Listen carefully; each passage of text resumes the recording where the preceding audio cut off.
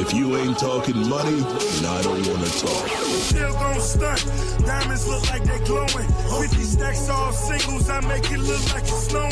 Treat them like Jack boys. Catch them slipping and slam them. Treat them like Jack boys. Catch them slipping and slam them. Then I'm still gon' stunt. Diamonds look like they glowing. 50 stacks all singles, I make it look like it's snowing. Treat them like Jack boys. Catch them slipping and slam them. Treat them like Jack boys. Catch them slipping and slam them.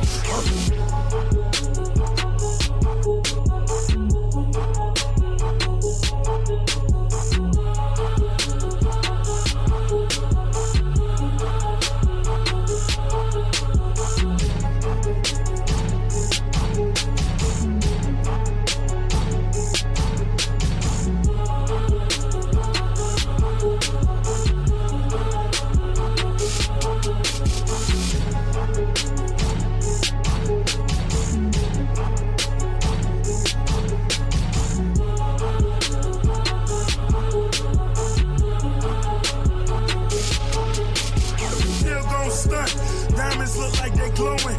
50 stacks all singles, I make it look like it's snowing. Treat them like Jack boys. Catch them slipping and slam them. Treat them like Jack boys. Catch them slipping and slam them. Then I'm still gon' stunt. Diamonds look like they glowing. 50 stacks all singles, I make it look like it's snowing. Treat them like Jack boys. Catch them slipping and slam them. Treat them like Jack boys. Catch them slipping and slam them.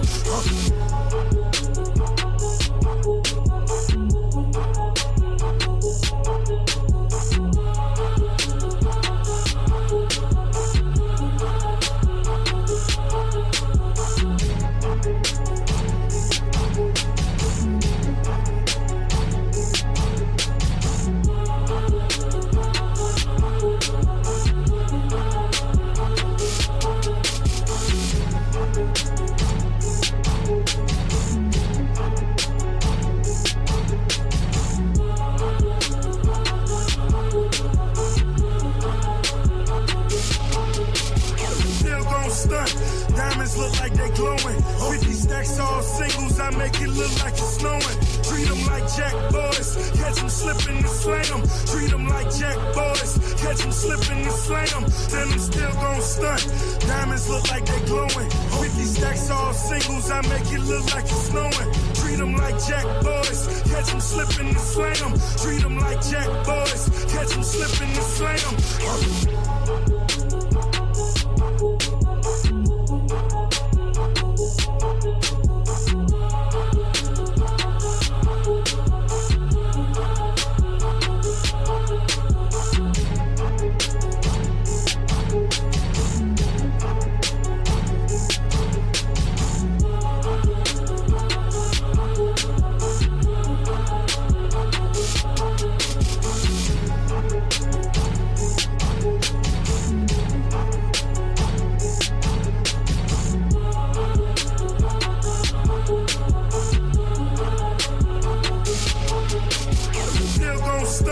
Diamonds look like they glowing. 50 stacks all singles, I make it look like it's snowing. Treat them like Jack boys. Catch them slipping and slam them. Treat them like Jack boys. Catch them slipping and slam them. Then I'm still gon' stunt.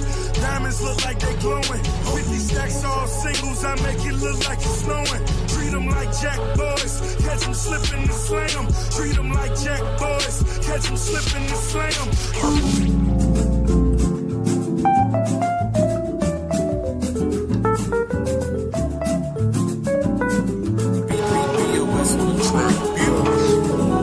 If you ain't talking money, then I don't want to talk.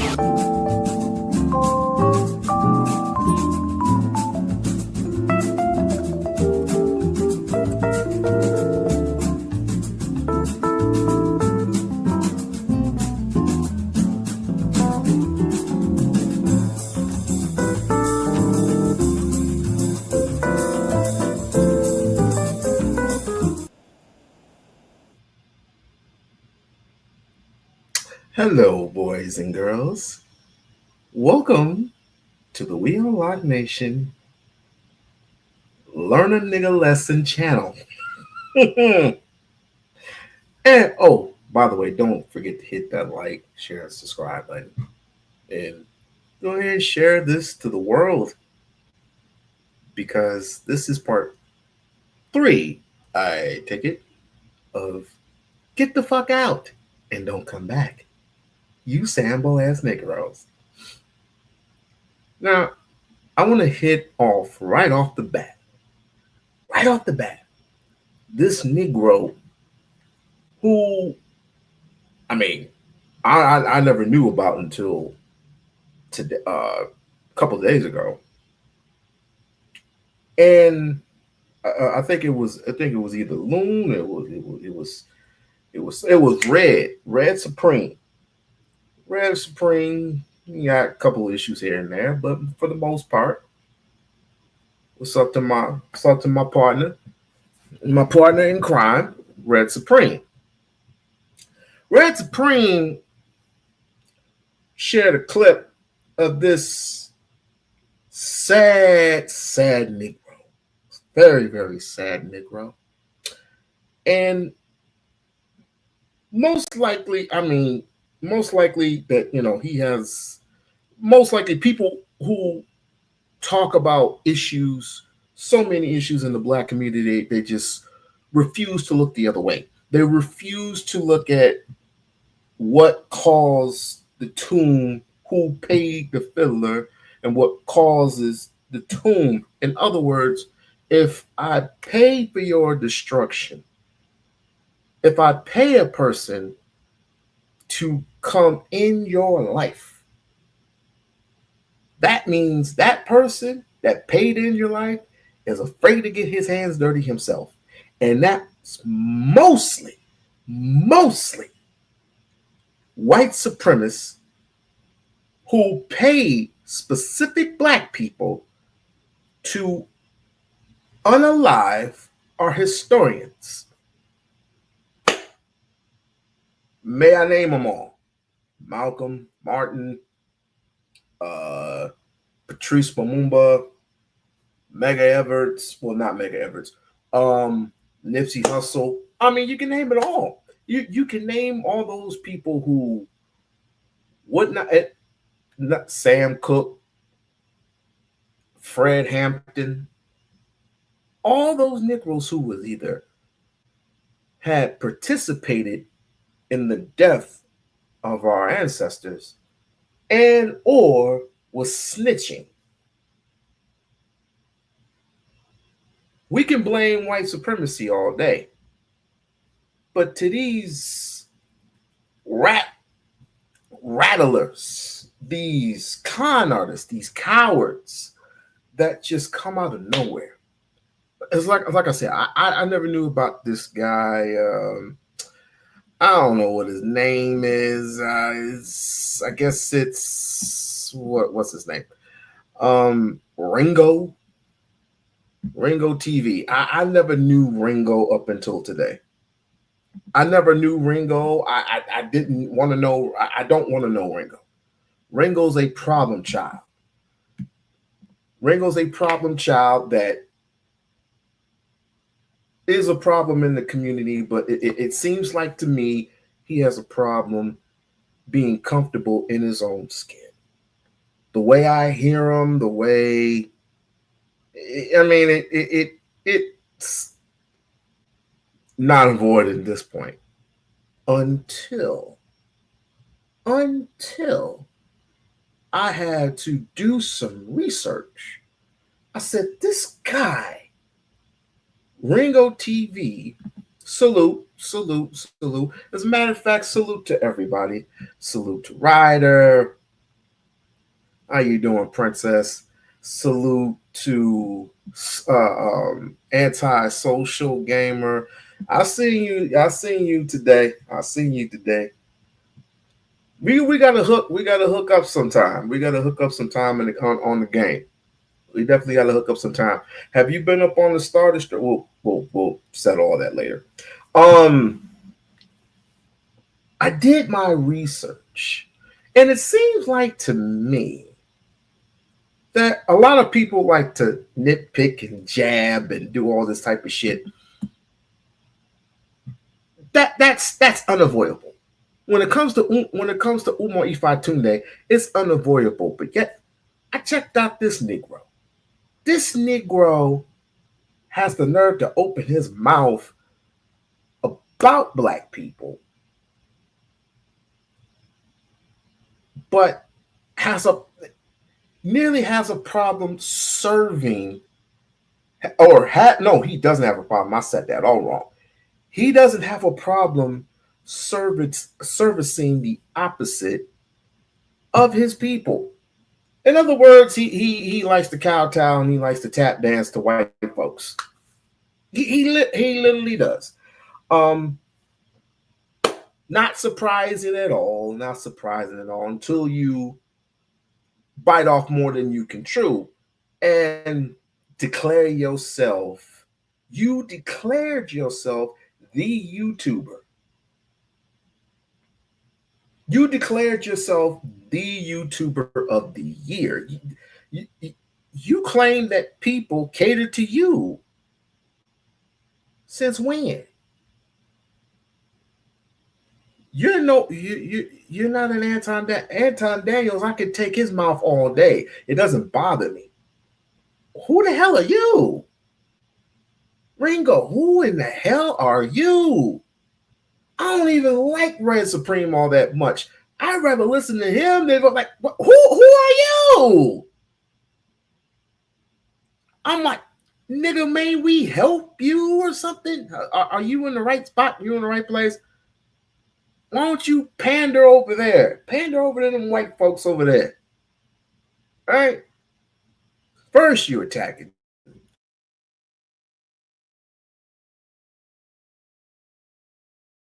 I'm sorry. You're attacking Pan-Africanism. You're attacking FBAs. You're attacking Israel. You used to be an Israelite, I heard. So you used to be an Israelite. Oh, okay. Couldn't take the standing around reading the Bible, man, huh? I get it. I get tired of my people too.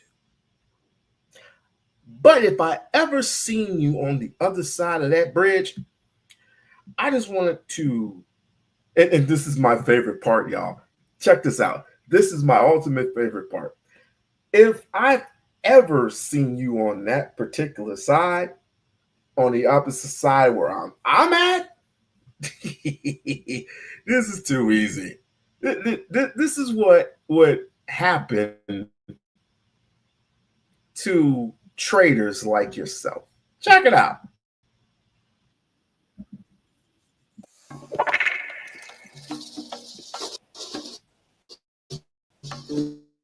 Wow.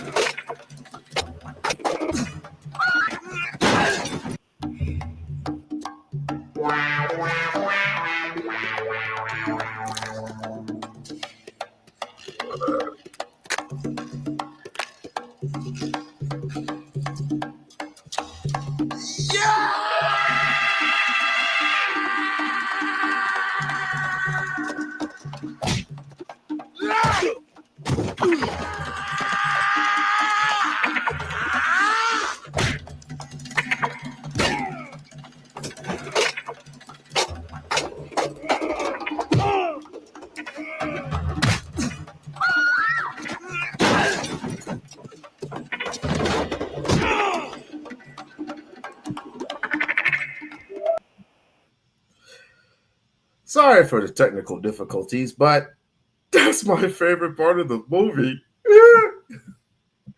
And that's what I would end up doing to a person like that. A person who comes up against her own people as much as we suffered? Now, I heard his little ranting, just like everybody else. Yeah, we're lazy, good for nothing black folks who complain about the white man all day, every day. We get it, we get it, we get it. All right, cool. I don't know how much 4-star general white dick you've been sucking for the past couple of years. I don't know, and I don't care. That ain't my get down. All I know is that you said something, you put your hand in the cookie jar and you end up getting a mouse trap in your finger. Got news for you. I'm just gonna say it outright before I play this clip. Fair use, fair use. You and whoever you mess with can go and get the hell out and don't come back. You could just go. Just go. We don't have to look at your direction anymore. You're just pathetic. Most of you are pathetic. People who act like that, the black community is terrible. You need to shine your boots up so nice, and you blame the white man too much. Everything about the black community has had to be the white man's fault. You're the one that brought drugs into this country. You're the one that pregnate all these women and pander to all the fat women in the world, fat black women. It's your fault. You don't like to work. You don't like to work. You good for nothing, lazy scoundrels. We don't like to work. 95% of us work daily, every day. Only the 5% they're unemployed. Damn, they're unemployed. Okay, give it to 90%. We have to work. I mean, we literally have to work. But niggas like you just need to relax. I mean, just comments. Let's common sense take you over. You're not the best YouTuber on the planet, nor do you make any type of sense at all. Just go. Just go. But like I said, before I play this clip of him so-called acting like he knows everything or just nitpick, just because, I mean, of course, everybody's done commentary of Anissa, his Umar's daughter. You don't know it. You don't know shit. I know more than you do, though. I know a little bit more than you do. I don't know a whole lot, but I know a hell of a lot more than you and anybody else who has done commentary, who has done a live stream, or even had that woman on the panel. I don't even want her on the panel. I don't even want to interview her because that's going above that's going above the line. For the sake of that man, I'm not going to do it. Not going to do it. So with that being said, let me stop yapping and let's see what's happening. People's misery. Neither the currency, whatever, nor the YouTubians. So I guess I must be a YouTubian. So now we're YouTubians now? Hold on a second. This does this to me. Technical difficulties. Hit the like, hit the subscribe. And if you have done so or haven't done so, please go ahead and get that membership. Bless a brother with that membership. Where did that go? And we're gonna talk about RG3's stupid ass in a minute.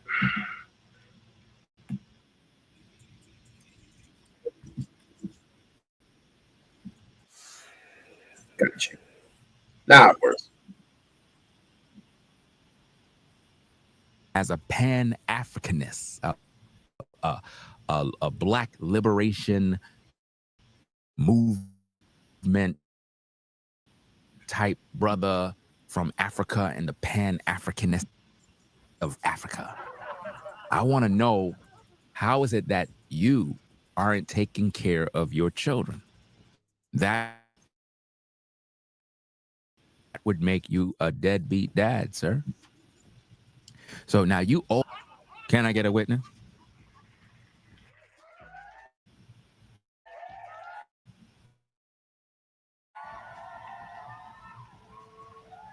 Dr. Umar Johnson owed this young lady 20 years of reparations. Are you going to pay her, sir? I don't want to hear nothing about you want to take her out to dinner and have a conversation. You owe her reparations, dog.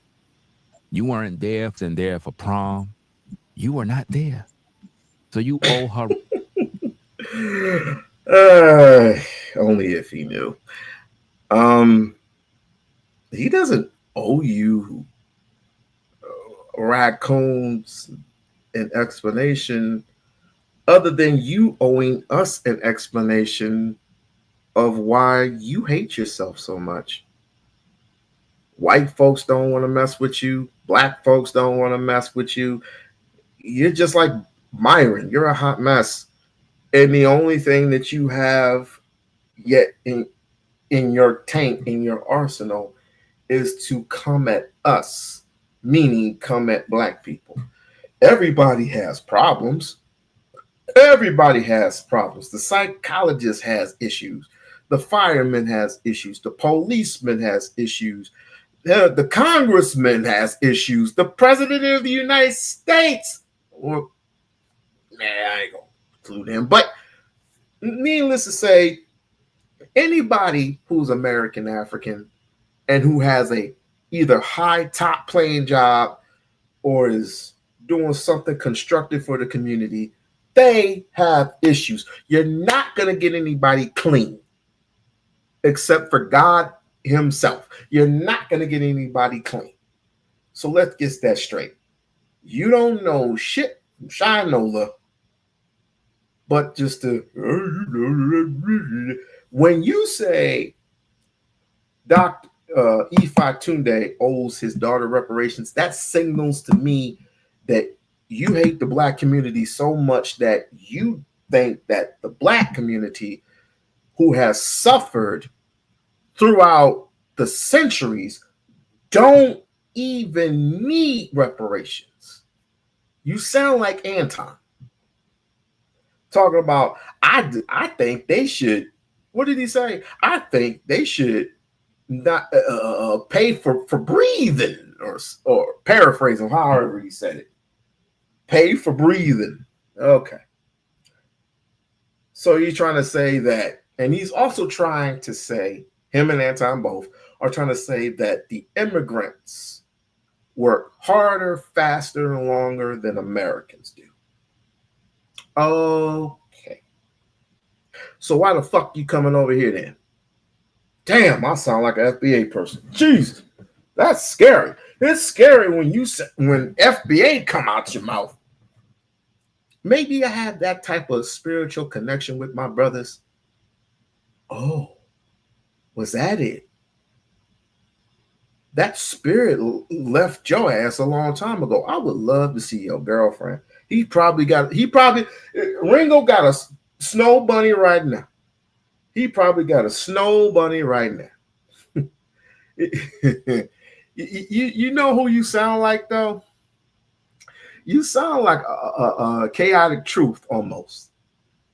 Chaotic Truth proclaims to have a Nigerian wife. However, he said that white women are the nicest in sliced bread. Jean-Claude Van Damme is the greatest martial artist in the world. He'll kill a man with his butt cheek power. That's how these motherfuckers sound like. Let's go. Reparations. Will Dr. Umar pay his reparations to the daughter? You know, I don't know if he. Personally, I would like to take that soundboard and shove it up your ass, but pause. He's going to do it, guys. I really don't know, but let's get back to this. So he called us YouTubians, struggle streamer, community couldn't care less about the truth of this situation. With that being said, please ask that little girl to stand on. Why you disrespecting her though, dog? She's not a little girl. She's a young lady, fam. Why the fuck would you care? Last time I checked, you call women fat black bitches and all. So why would you care? Why would you even care about this situation? Why would you? Black women to you are nothing but lazy black fat bitches. The brothers ain't nothing but you but a bunch of lazy, no good, nothing stranglers. You can't serve two masters. You're gonna love one or you're gonna hate the other. I mean, you flip-flopping. Use a panderer. Use a panderer. I can't stand people who pander to white people so much. Really, white people haven't done anything to you. Some damn respect. Like, you bugging, man.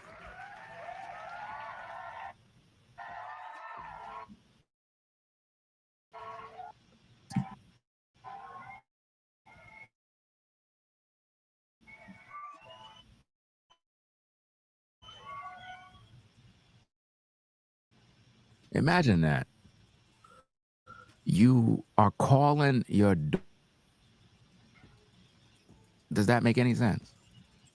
With that being said, please ask that little girl to stand on business by asking her mother to join in on a three-way conversation about why her father hasn't been present in her life. And you know why she wouldn't do that? Number one, she doesn't know who you are. And number two, many have asked and she has declined. A lot of people have declined situations like this because they don't want the mess that's behind it. But to update on you or on people like you and the people in the audience at home and the people in the chat, the update is this. They are still not speaking, but she has participated, not now, but sometime in the near future, her talking to her father. Not now, because she's in an old hot mess and she got caught kissing a white man or whatever. I mean, she's just doing this all for attention or whatever. But deep down inside, she is hurting. He's in Britain still. So when he gets back, we will see if this is going to work. It ain't nobody's business, not even mine. People just need to stay out of their business. But as far as this is concerned, you're a flip-flopper, dog. Why do you even care? Oh, I forgot. You're not him. You don't get to go college to college and state to state, city to city, even overseas, and do the things that Umar is doing. Oh, I forgot. You're not that guy. But you proclaim to be that guy, right? Weren't you an Hebrew Israelite once? Hello? Quite messy. But I want to show you real quick. I want to show you how messy your punk ass is. I'm going to show you how messy you really, really are. Let's see. And don't forget to like, share, and subscribe to the channel. Don't forget to like, share, and support. I I don't understand it. People just need to keep their mouth closed about certain things. It's like I literally feel like you're in people's living room. I don't like to be in people's living room. I don't like to be in people's houses. Because generally I would get my ass capped, wouldn't it? If I went into the wrong house, seriously, if I went into somebody's house, ate their food, put my feet up on the coffee table, what would happen to me? Seriously, what would happen to me? I would get capped, right? This is what I feel that this nigga is doing. Yeah, prayer. Definitely prayers go out to Tanya, aka Hammer Time. Going through a great deal.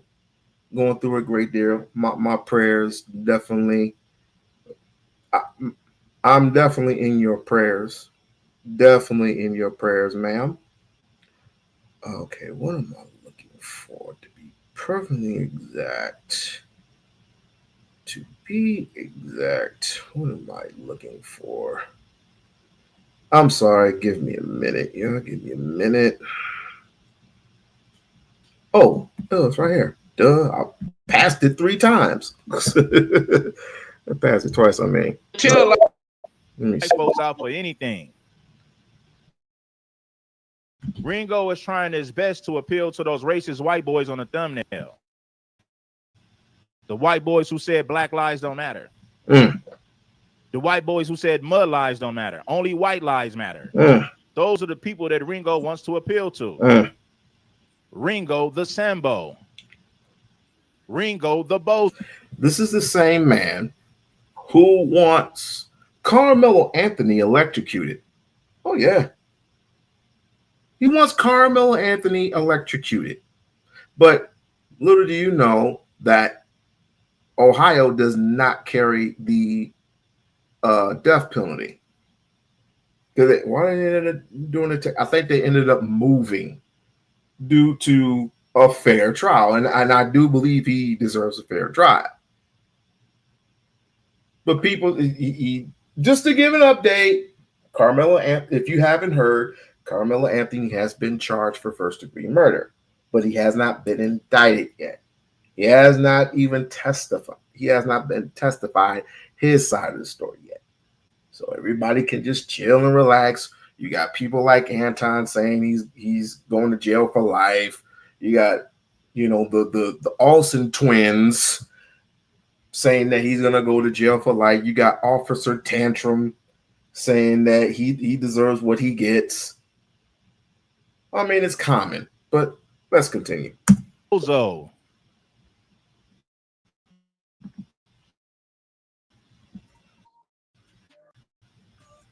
You see?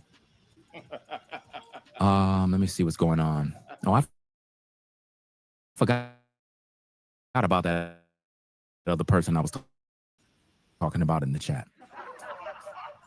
Let me get back on their case. Let me see. That's what all the things we went through have affected us mentally. That's the cause of white terrorism. I don't know what you're talking about. Black people are just evil because you don't want to serve God. Black people, you're just evil. You don't want to serve. If black people are evil, anybody answer this question? Anybody in the chat? If black people are evil, then what are white folks?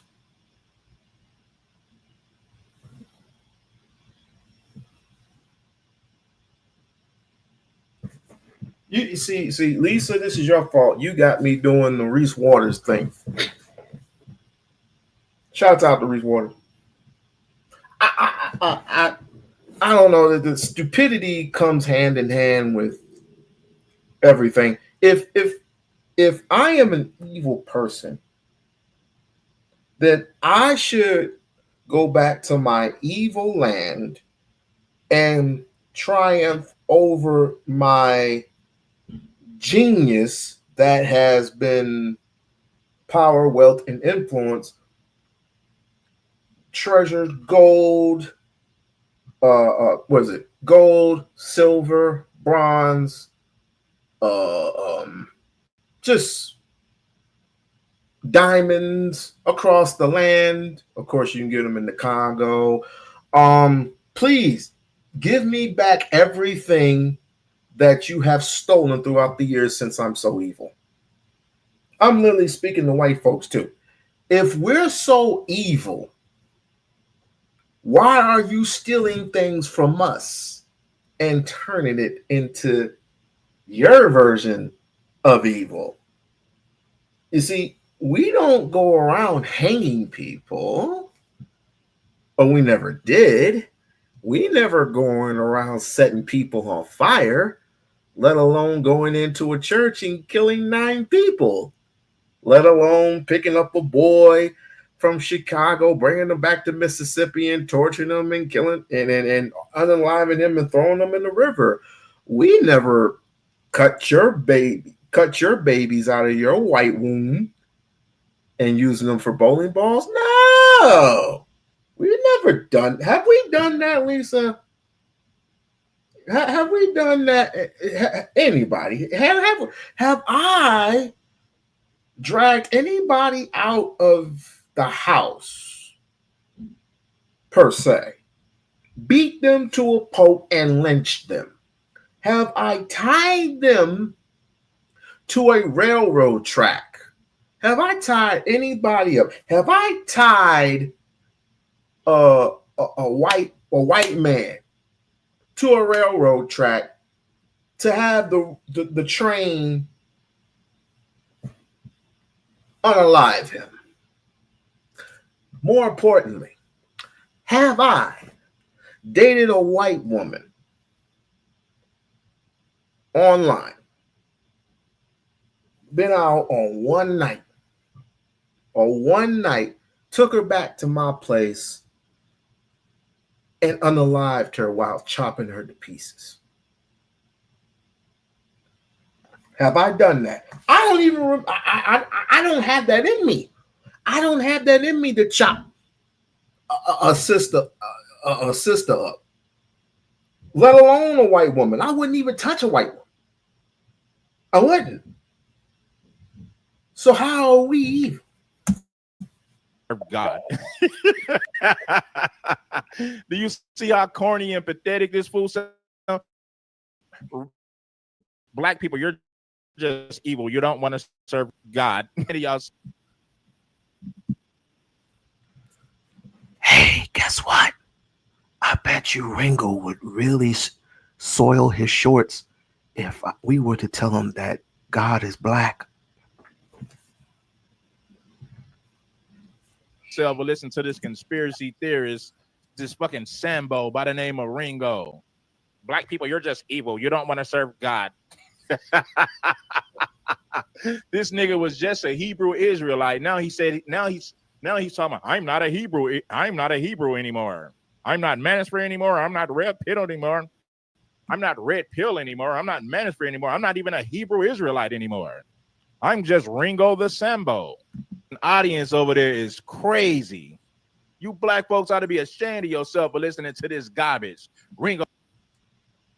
Man, anybody who listens to the help, we all know that a black person like this is not well. They're not well. They're going through something. I don't care. You shouldn't have had that shit straightened out a long time ago. We don't have time. I don't have time in the day to be fixing everybody and their problems. And some women too. You women got to straighten up and fly right. We ain't got that much time. We ain't got that time. We ain't got that much time in the day. Prices going up. The price of chicken just went up. Eggs went up. Milk went up. Gas. I can't even. I have to buy that fake soap. I can't. I wish they had black.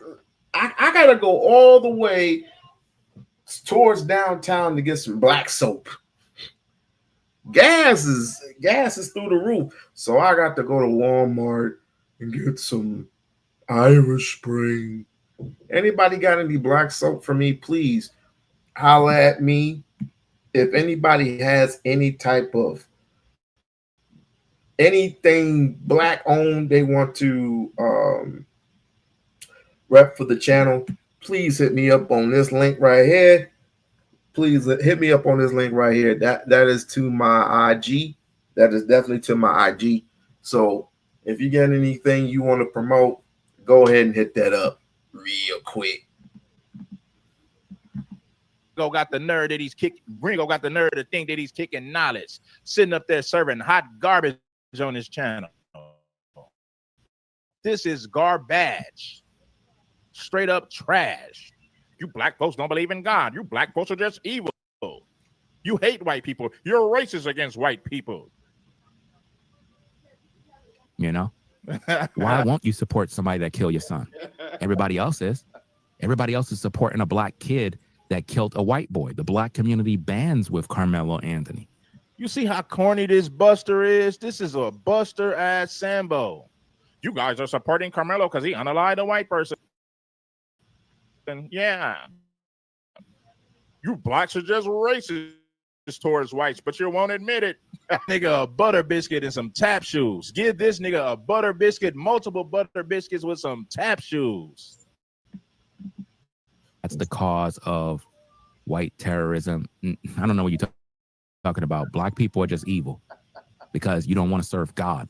Do you serve God? Do you serve Jesus Christ? You know, why won't you support somebody that killed your son? Everybody else is. Everybody else is supporting a black kid that killed a white boy. The black community bands with Carmelo Anthony. Don't be a hypocrite. You know good and well you were siding with him. You know right now. Let me go ahead and go to the original. I don't want to. I'm starting to learn how YouTube works. So you just have to find a source and just commentate yourself. So, and plus I'd rather stop the shit myself, but shouts out to Spread Spring.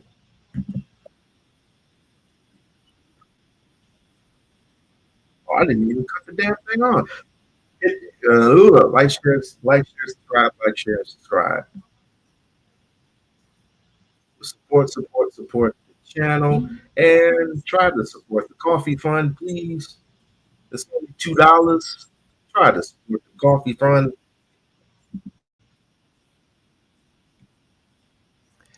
He can pretty much spend about 40 years in prison. So it's not looking too good for this young man. But you know what's interesting about this is it's always a woman. She comes into the comment for his life.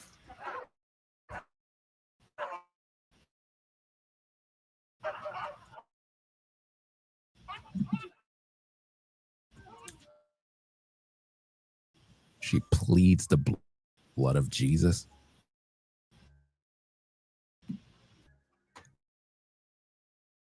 The blood of Jesus is not going to get rid of this.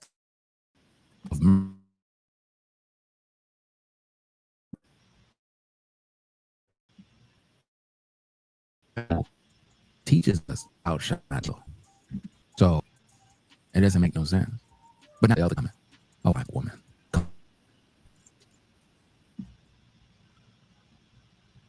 Listen to can you just listen to how he sounds? I mean, he just sounds desperate. He just sounds desperate for attention. He just sounds like he needs to.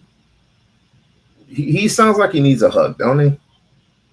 He just sounds like he needs a hug. But let me continue with this, because quite frankly, he's just going about the same script as all these other jokers. The same script. Thinking he's gonna give you. If I would have did that, it has served me no purpose. Of course, I'll get clicks and views, but I will just feel empty. Like I don't belong to anyone. I wouldn't even belong to myself, let alone a community. So why would I do this? Not white boyfriend just dropped. Do you see how black folk, they only concerned when it's a white black situation. They never really care and make sure that we stay up to date with what's happening in these streets, you know, because people are dying every day, and it's like we just ignore what's really going on. We just ignore these things. We can't be doing that, guys. We got to deal with what's really happening in the world and be fair. You know, we got. White folks ain't fair to us, so why should we be fair to them? Oh, I forgot. You want to be very protective of white folks. Oh, I get it. I get it. I get it. So you will be paying homage to Maxwell Anderson, right? Right. You will be paying homage to him when he gets the electric chair. You will be paying homage, right? I mean, you don't have to put no money on the books. Just, you know, you have other ways to support Mr. Maxwell Anderson, the one that carved up a leg, a torso, and whatever else to a particular black woman, a 19-year-old girl who was a victim, who had a life, hadn't even started her life, yet. And you're clinging to that. You're clinging to that nonsense. You're clinging to other things. You're clinging to Ahmaud Arbery. Oh, he shouldn't have been where he should have been born. He should have been in the area he should have never been in. Get along to get along. Hoping to expect cookies and cakes and whatever else.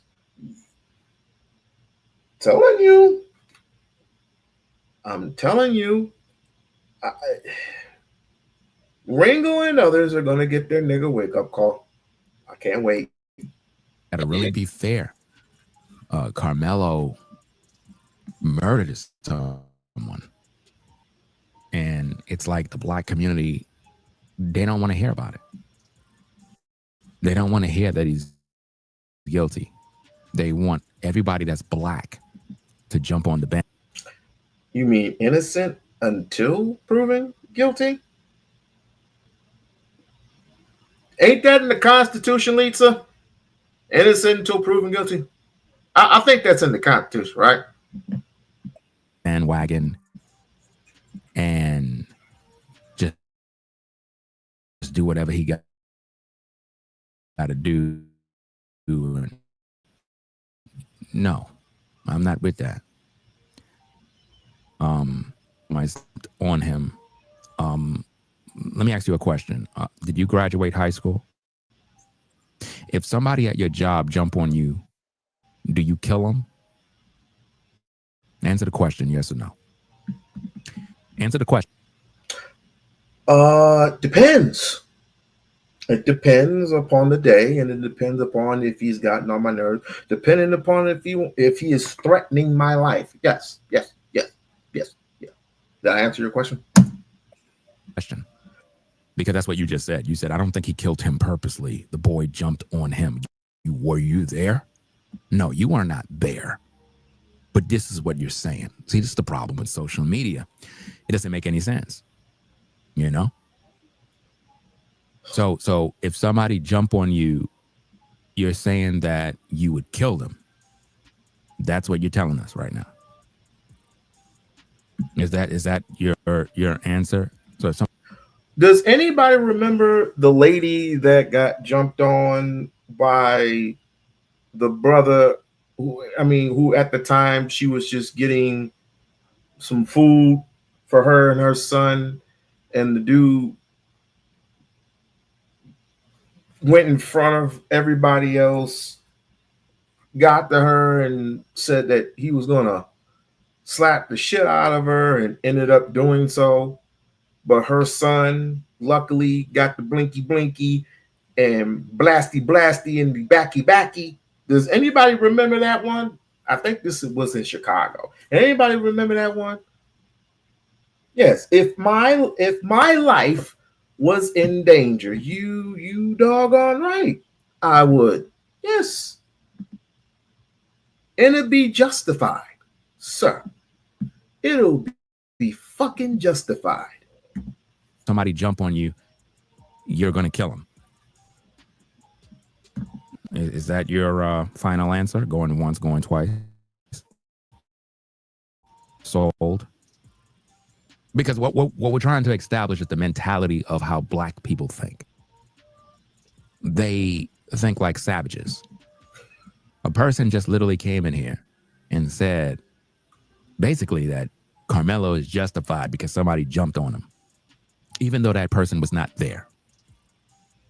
I'm telling you, man, you cannot have these conversations with black folk because they don't know the law, number one. They're uncivilized, violent, have de-escalation training. Conflict resolution skills. Where does that come from? I mean, wasn't there once upon a time we couldn't have a skill, let alone conflict resolution skills, let alone being logical, let alone it's an oxymoron. We literally couldn't even get a decent meal, but yet this Negro, so-called Negro, has an issue with people, certain particular people. Now, not everybody. Everybody don't have to pull the trigger. But I'm saying certain particular people, most of them are American African, protecting themselves. If I were to get ignorant with somebody, I'm wrong. I'm supposed to let this mother keep hitting me in the head. Another 100 years of this white man hit me in the head. And all of a sudden they get tired. Oh my God, I'm tired of you hitting me in the head. We're tired of taking your name. We're tired of taking your languages. We're tired of burning things that are good for you in the black community. We're tired. We're tired that we can't call you the same name that was given to us so many years ago in 1789. Or we can go 1619. Actually, I'm sorry. It was 1578. But we can go 1619. We can definitely go there if you like. They just know how to be violent. That's it. You know? So he's supposed to get about 40 years if found guilty, which he will. He will get the 40 years. I believe he's 8 now. I believe that they waited because they wanted him to turn 18. I think he's 18 now. Tony's right. Oh, Tanya is right. Tanya Sweet is right. It's either them or me. I'm not sitting. A man is not going to sit. A man or a woman is not going to sit there and say, "Wait a minute. Can we please talk it out? I have a treaty here, conflict resolution. I have a treaty." No, it's more like a clack clack and you're done. And then people be singing this songs dedicated to my homies in that gangster lane. And then mothers are going to be crying and swinks is nah. Like Biggie said, it's going to be a lot of sweet singing, the flower bringing if my burger alarm starts ringing. You damn right. You correct me if I'm wrong, but I believe he's 18 now.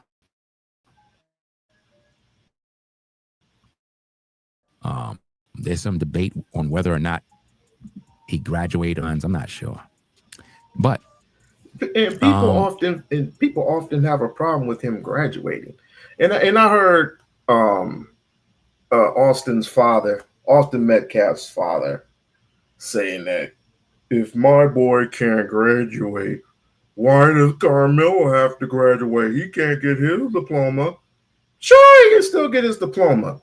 You can't give it to him because he's gone, but you can still get it. Carmelo's a senior. Well, my boy. Your boy should have never put hands on the right Negro. Yes, I do believe that. And please, just in case, white folks, if there's any issues, please. If there's any issues, white folks, my door is open. Come in if you like, gracefully, and we can have a conversation. Please, let's just have a conversation, white people. If there's a particular problem, we don't have, even though I'm doing coon work right now. This is a coon. This is a coon video. If any white folks having any issues with what I'm saying, please chime along. Let's have a man-to-man conversation, or should I say, man to beast, because this is particularly how you treat people.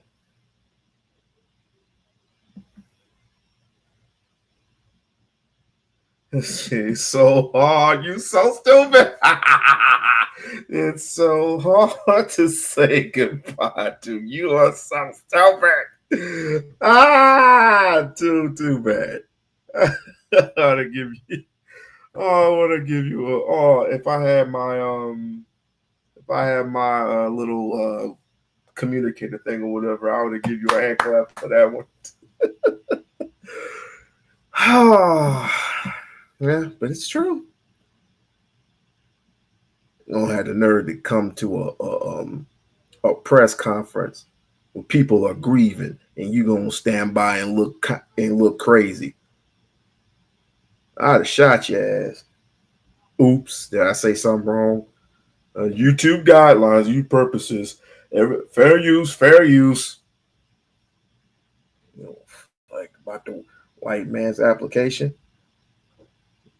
Y'all motherfuckers, it's cool for y'all to have swastikas all on the internet, burning crosses all over the internet. But I can't say what I say. Please try me. It just doesn't make any sense. I mean, see, we have another hurt person in the building. Somebody says, "Are you speaking on behalf?" That's what I'm speaking about. Because I don't know what's black, unless that's some sort of ethnic group. Because last time I checked, black is a crayon color.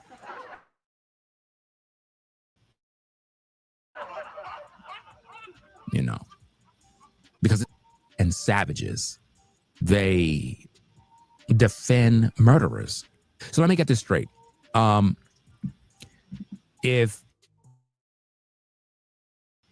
Carmelo killed your son, here we go. Whose side you on? What's your name? Meth? Yeah, it's always escapism.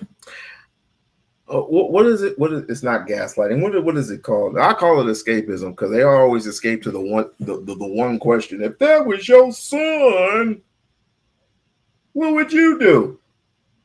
First of all, my son wouldn't even be in that position. But you can't control your son 24/7. You damn right I can't. But my training, as well as my wife's teaching, see the balance in that? wife, husband, husband, wife, wife, husband, husband, wife.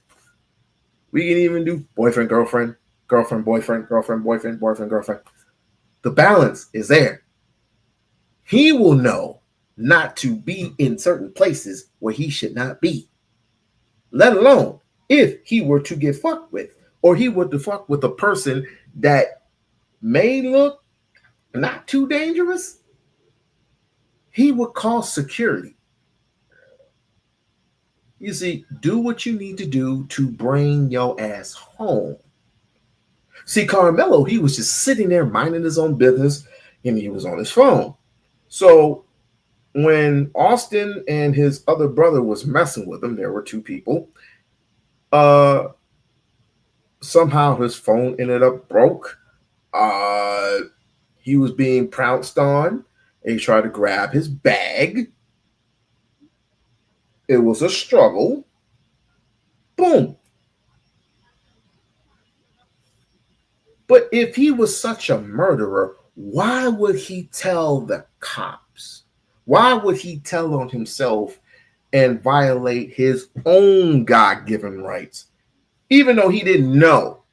He didn't know the constitutional, his constitutional rights. Why would he do that? Interesting. Messed up. What's your name?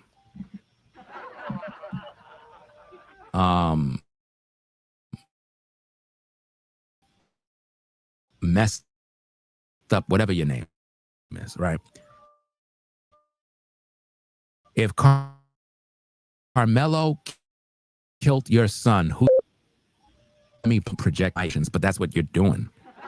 You're projecting your emotions on me, right? You're on my platform. Remember, I didn't ask you to be here. You came in here, you decided to speak. I'm responsible.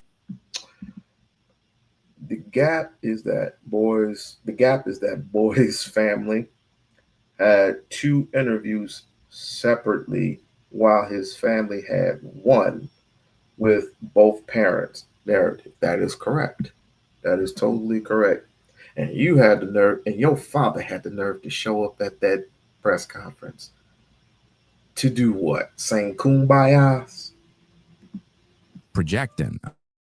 I'm asking you a question. If Carmelo murdered your son, whose side you taking? You know, now you say your son's side. What son's side should you take in the whole story in context? Woman, I've done multiple videos, right? You're new to the show. You don't know me. Did countless videos with everything in context. Carmelo is a murderer, right? He brung a knife, right, to a place where there was a competition, and he decided to put it in somebody's chest because he's a coward, right? And the Black community decided to support that, right? Now, you just said you would support your son if Carmelo stabbed your son. That doesn't make any sense. What if Carmelo believed it was self-defense? Why would you support your son? You're being hypocritical. You're being hypocritical. You should be supporting Carmelo. Remember? He's Black. See, the only reason why Black folk is supporting Carmelo is because he's Black. You don't care about white lives. Their lives don't matter to you. So because the kid is white and he stabbed him in the heart, the Black community don't care. And that's sad. You see what I mean? That's why when it comes to the Black community, there's a difference between civilized Black people versus savages. The savages support killers. Why would you support your son if you believe that your son was the aggressor and Carmelo felt his life was in danger. See, first of all, black folk don't even understand self-defense law. The self-defense law in Texas is very clear. And based on the context and the facts, Carmelo don't fit the criteria to use excessive bodily harm. He couldn't do that. Not based on the law. All the videos I've done, black people turned against me. And I don't really care because I don't rock with them either. I don't rock with nobody. I rock with the Most High. I don't care. I'm not a part of nobody's community. The Most High don't like you. That's what I represent. Truth. Because the last time I checked, when you speak truth, black people don't want to hear you. They want to hear drama, twerking, drinking, smoking drugs. That's what they care about. All you got to do is just go to the black community and look at all the crime. Blah, blah, blah, blah, blah. I mean, you're talking about what, 1, maybe possibly 2% of people participate in the nonsense. But yet you won't talk about the other side of that, which is quite astounding to me. But we must move on because you're about to make me throw up. But I do want you to pack your shit and get the fuck out. Oh, you already did that. Cool. So you won't mind not doing another video about black people ever again. Right? Because if we catch you,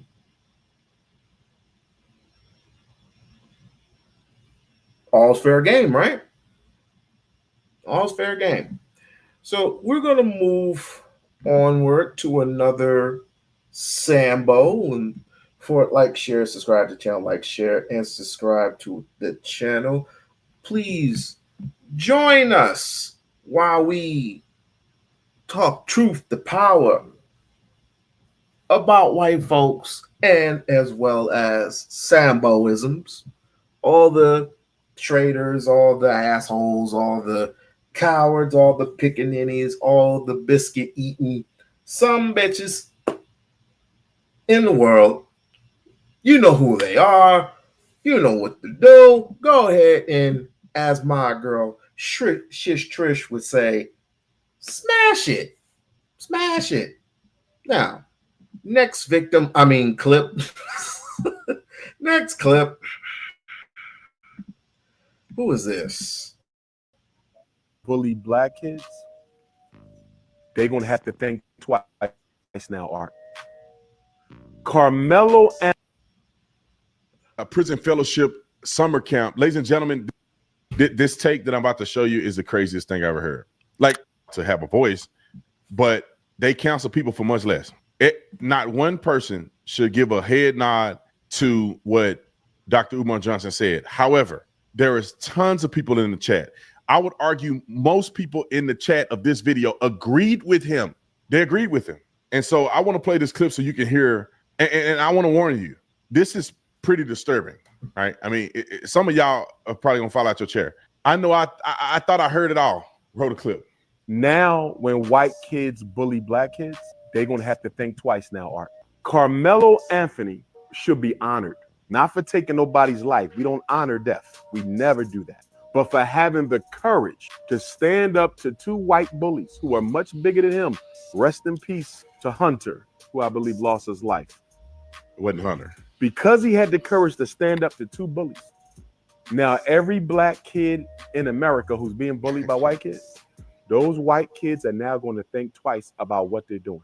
Because if you keep it up, when you back somebody into a corner with fear and concern for their safety, it might not work out for you.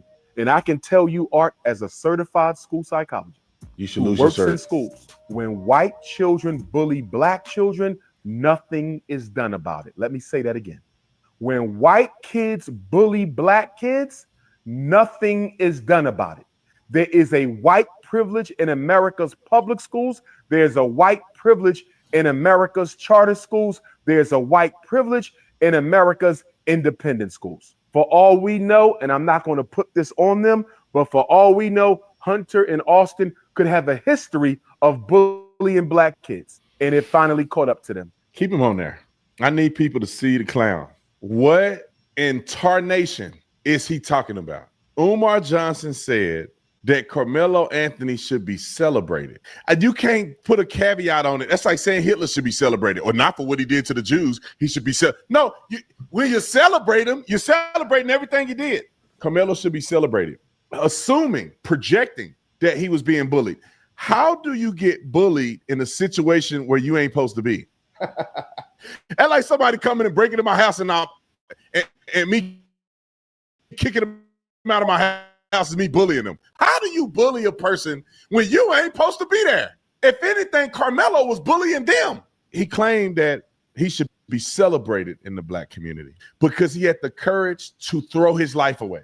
This is how the Negro thinks, the modern Negro.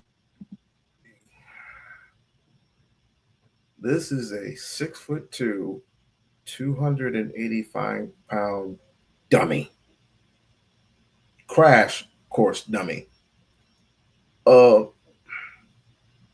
Officer Tantrum should be rewarded for Negropeism. I wish where is Tariq Nasheed when you need him? Where's the you know, I got a perfect idea.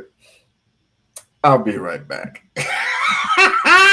I'll be right back. On the old school, we used to be smart and everything. We used to be, we were a threat to America. We were going to take over this country probably. But the Negro, the modern Negro, this is how they think. Model your behavior after a kid that threw his life away for nothing. You get to a tent that's not yours. Somebody say, man, get up out the tent. This ain't your team tent. Get up out the tent. Now you can sit in the tent and they start charging you, being like, I mean, get out the tent before I force you out. I don't want no confrontation. I'm at a track meet. It's their tent. Why do I care? I could go to another tent. I'm not going to have a confrontation with people when I'm in the wrong. But the mind of the melanin says he was wrong. How do you know he was wrong? You wasn't there. You didn't stand in defense of none of our slain when the police took their lives. You didn't speak up for Trayvon. You didn't speak up for Sonia Massey. You didn't speak up for Sonia Bland or Amir Locke or Dante or Philando Castile or Freddie Gray. You didn't speak up for Breonna Taylor, but you're going to get on the internet and speak up for Caucasian Nation? To every Negro apologizing to Caucasian Nation and publicly convicting our brother Carmelo Anthony in the court of public opinion before he has had his day in court, shame on you Negroes. Shame on every Negropean. Shame on every black who's on the internet apologizing to Caucasian Nation, condemning our brother to guilt before he's had his day in court because you love your slave master. Shame on you, Nick. Talking about he had a knife. You damn right. If you're a black man living in America, you better be walking around with a weapon talking about he had a knife. You got white boys riding around with guns and y'all crying about a knife. You damn right. If you're a black man in America, you better have some kind of a weapon on you. We are public enemy number one. He's supposed to have a damn knife. What's wrong with you? Hey, to all of the people who are against Carmelo Anthony, me as a black man in America, white people, I'm telling you and I'm telling you now, you ever even think to approach me, bully me, harass me, think you're going to be with your twin brother or twin whatever, and do anything to me, I too will poke you as well. Straight to the heart. And that's on self-defense. This is not the Jim Crow era. This ain't 400 years ago. This ain't 1619. This ain't back in them days. Y'all don't want to end up like Austin. Leave black people alone. Y'all didn't play fair for 400 years. We ain't playing fair with y'all either. But the mind of the melanin says, nah, bro, evade all of your future success. Evade everything your grandma taught you. Fuck all that. We was with anybody knows how like I'm gonna put it to you like this. Remember when you was with your mom and your dad, right? And you went down to go see your grandma and your grandpa, and your grandpa was pretty much fishing or whatever down at the lake, or if he had a grandfather like that, or he was waxing his car or whatever, and you go in the house and your grandmama was cooking and cleaning and serving, whatever. Those days are not so anymore. For the simple fact that if you were born in the South and you lived on that dirt road, I know that because my parents' parents lived on that dirt road in Pine Bluff, Arkansas, and you had the Klan shoot at you. Am I supposed to submit to that? Am I supposed to submit to white trash that literally just wants my land, who is known for taking people's land after they unalive them because they have some type of property value attached to it, right? One black person can be doing good, but the Klan can, these Proud Boys, these gladiators can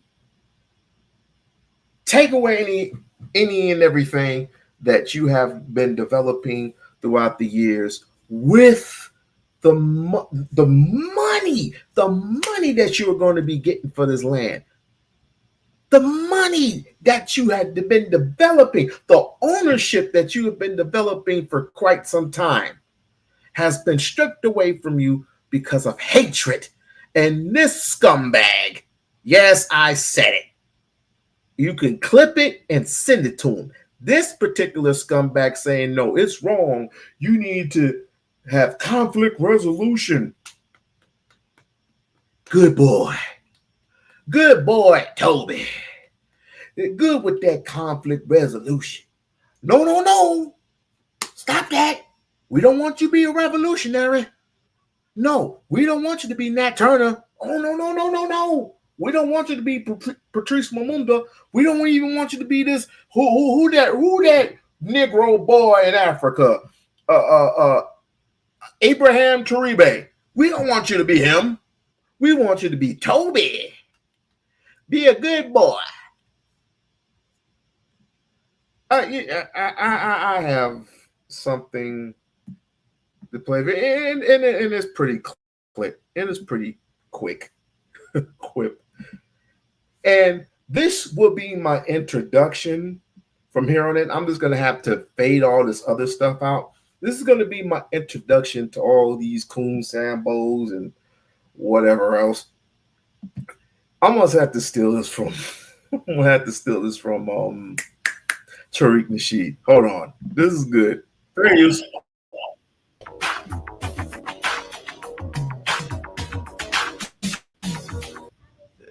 This is for educational purposes.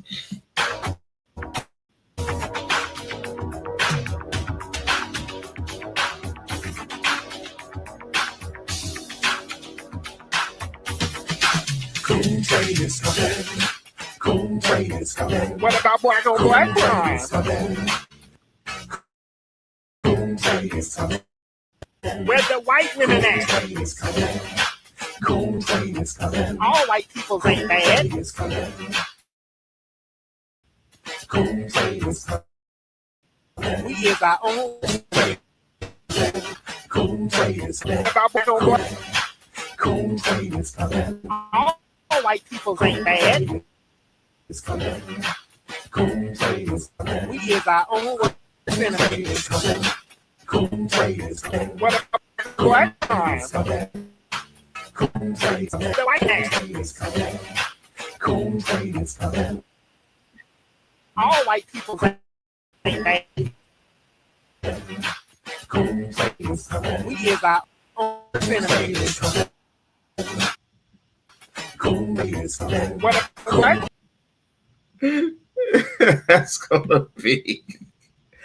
That's gonna be my introduction from here on in. I'm gonna have to put it in somehow, some way.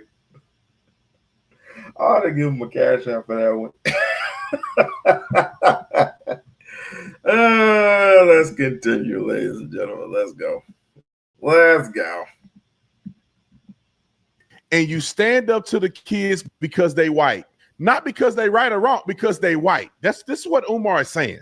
And pull a knife out of bag and stab a kid in the heart, kill him over a tent dispute. This is what Umar says should be honored. When somebody's bullying you, you walk away. If they back you in a corner, like you're in a bathroom and they got you in the bathroom, you probably got to fight. Wait. Weren't you that same individual that were pushing and shoving white folks to the ground at a rally or something? Weren't you going one-on-one with them? How contradicting are you? And then gonna have the nerve to go to Stephen A. Smith and say, hey, well, I was trying to tell them, they tried it. Nigga, come to the hood, say that shit.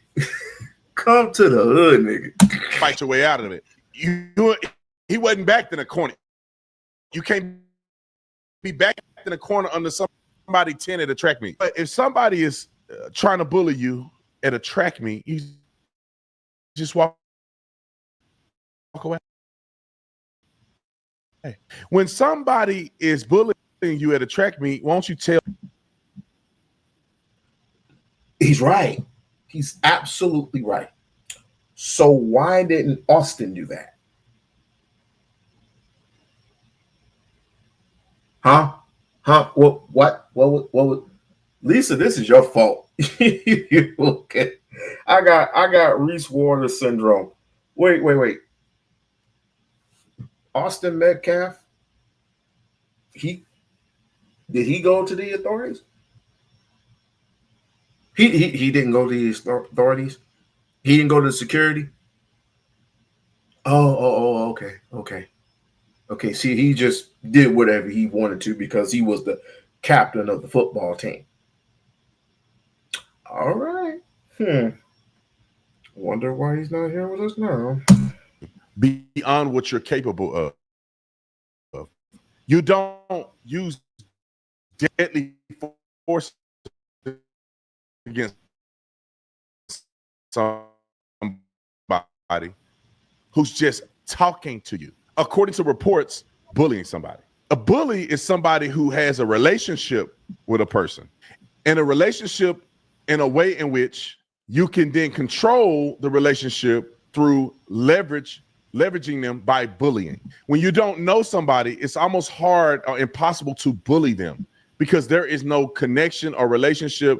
You don't know who they are. They don't know who you are. There is no connection to a certain degree in order for you to feel bullied by somebody. Now, somebody can try to punk you, but it's impossible for somebody to punk you when you are already wrong. Show up in the club and the bouncer kick you out and you call him a bully. Well, no, you're not supposed to be in there anyway. You going over your baby mama house when she got a restraining order and the police officer come there and put you in the back of the car. Is he bullying you? No, you in the wrong, bro. But the asinine, I want to call it the asinatical. I mean, my own words, the asinatical. Maybe it's asinine is good enough, right? But I want to go to the comment section of this post. Nick, can we pull up the comment section? We'll try to pull up the comment section because I want you guys to see what you've already saw, how ridiculous his statement was. And I want you guys to see how ridiculous it is that people who are supporting his statement. So if you ever thought to yourself, man, black people, they don't.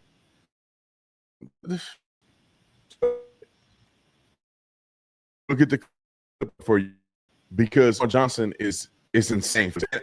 You would never show me a situation where a white kid who was under somebody else's tent or doing something he shouldn't have been doing, kill somebody, and the black community is supporting it.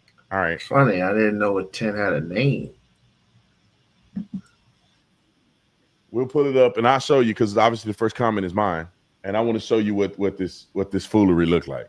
All right, I don't know if you guys can see this. It's huge on my screen, but I don't know if you guys can see it. But it says my comment was bullies ? Leave my tent is bullying. Now he's encouraging black boys to throw their lives away for nothing. I got 66 likes on that. I got a couple comments. Let's see what people said. We should never defend murder. He was so tough then he should have thrown hands. I agree. Whoever this is. Now he has to spend the rest of his life in the criminal system. 100%. Almost made you wonder if he given a F about his own people, doesn't it? Yeah, we know oh boy don't care. So these are just people that commented on mine. Now let's look at the comments. Well said. Somebody with good common sense says this is sick and weird. I'm sorry, but bringing a weapon to attract me is wrong, which is a white person. See, let me just say this. A bunch of these comments that are positive came in after I commented. A lot of people start seeing the post. Let's see. Encourage the weapon. See, a lot of these people then came in here and got common sense. As you can see, they white. When I looked at this the first time. White. They were white. White people commented, and a couple of coons too. Well, I can't necessarily call them coons. This is called suspected coons. Just like you have suspected white supremacists. Of course, you're gonna have a couple, because you're gonna have white people commenting in the comment section, bro. You're gonna have that because most of your subscribers are white. Duh. I mean, you have like what, 3 million? Most of them are white, sir. They probably fund your stuff because you and your white woman often express how you feel about certain things, including your wife. And speaking of somebody's wife, I think it's high time that we highlight some of these coonalicacies in the sports world. RG3, yes, I did say so. We're gonna hit RG3 real quick right after this. Please, just hold on to your britches. I'm all these black people in there talking crazy as a mud. And now that I shared it on my comment thing, I think a bunch of people jumping in here and saying something. Yeah, because the first comment said that they. I mean, he's just looking and scanning to see who's against me. Who's against me? Nobody wants to come on to your. Nobody with common sense don't want to come into your post and start posting up their perspective. They would be wrong according to you. They would be. You pander to the wrong people. And you wonder why you are so shadowed. You are so shadow banned to certain people, like in X. If you were on X, I don't know if you're on X, and if you were on certain platforms on X, they will exclude you, sir. They will exclude you just like they did Myron. Just like they did Tommy Sotomayor. Richard Spencer excommunicado Tommy Sotomayor. Tommy Sotomayor had gotten black, who hadn't been black for so long, even though they called him crispy. He hadn't been black for so long. As soon as Richard Spencer said the thing that he said about him, somehow he was resurrected for that moment. And he gave an apology to black people. Interesting. Agree with him. And I was looking at these comments, and they were all of them was crazy. I waited too late to comment on it because now that unfortunately the people that make sense of the white people in the comment section, there's a couple of black people that I think were in there that made sense to think like that, although a lot of people think like him. The young man was wrong. He threw his life away over nothing. The moral of the story, no matter what color you are, no matter where you came from, is that if you get into an altercation, anybody would tell you avoid the altercation if possible. You have nowhere else to go and you're defending your life or defending the life of somebody else, then that may be a time and a place for you to take action. But if somebody's just talking to you, walk away. If somebody's disrespect, if you wrong, admit you wrong, walk away. Don't be like him and spend the rest of your life in prison because I don't know. I'll tell you this and I'm moving on. For a former police officer, you have missed out on a lot of shit. Number one, there are too many gaps in this story. We all said that I had a real police officer here. And his name is Nathan Daly. And he had broken down with sufficiency. Even though me and Nathan don't see eye to eye on everything. But the brother, I welcome the brother with open arms. I've been over his channel many a times. And we've had logical conversations on what's right and what's wrong. And you said, I'm the type of person that will see things straight. I'm not for this person. I'm not for that person. I have to look at the evidence and see and go on from there. And I'll say, okay, cool.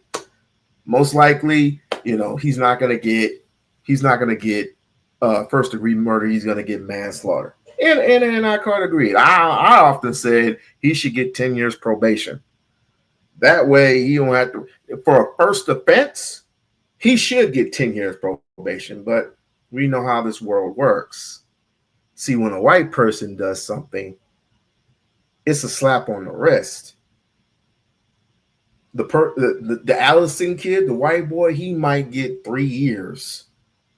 But a person like Carmelo Anthony, who only stabbed the boy once in his chest, he's going to get life. Now, what's the correlation with that? You see the correlation with it? You see the difference in that? I don't think this so-called brother does. But if he has a problem with what I say and how I say it, he can always get back at me. He can always reach me. And, Lisa, you want to put my thing up on the screen there? If anybody has a problem with what I say, but we beat. See, the thing is, we beat this thing forward. We beat this dead horse already. I'm just waiting for the trial. I'm just waiting for the trial. The boy is home. He's not free. He doesn't have freedom. He doesn't have freedom at all. If you have to have an ankle bracelet on you, you're not free. You are not free at all.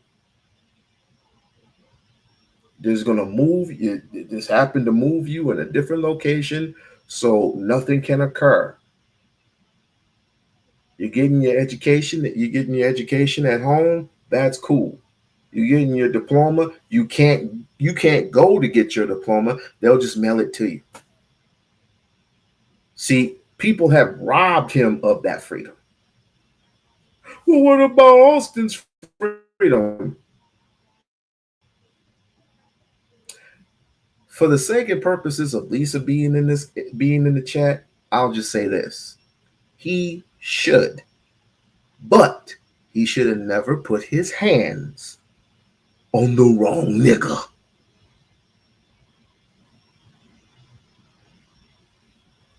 Now, I will not say anything further, but I am kind of thirsty, so give me a minute and I'll get myself something to drink, and we should be back in 2 shakes of a fat, you know what? If I can find what I'm looking for.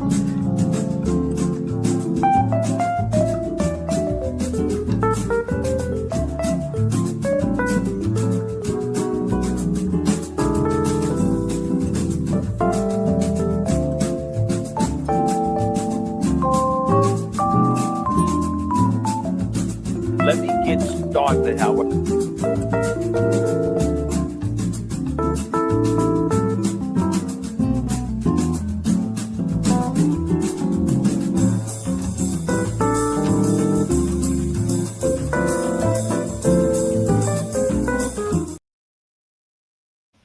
However, with today's show, with the story percolating in sports media, in that sports media space involving dress.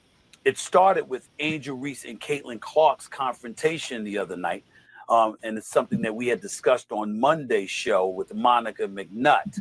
Well, anyway, Robert Griffin III, RG3 as he's affectionately known, my former co-worker at ESPN, went on his podcast platform and said in the aftermath that it was clear to him that Angel Reese hates Caitlin Clark. Before we go any further, take a listen to what he said exactly. So why do I think Angel Reese hates Caitlin Clark? It could be the fact that Aaliyah Boston had to save Angel Reese from ending her career. This is a still shot. After the foul that Caitlin Clark put on Angel Reese, Angel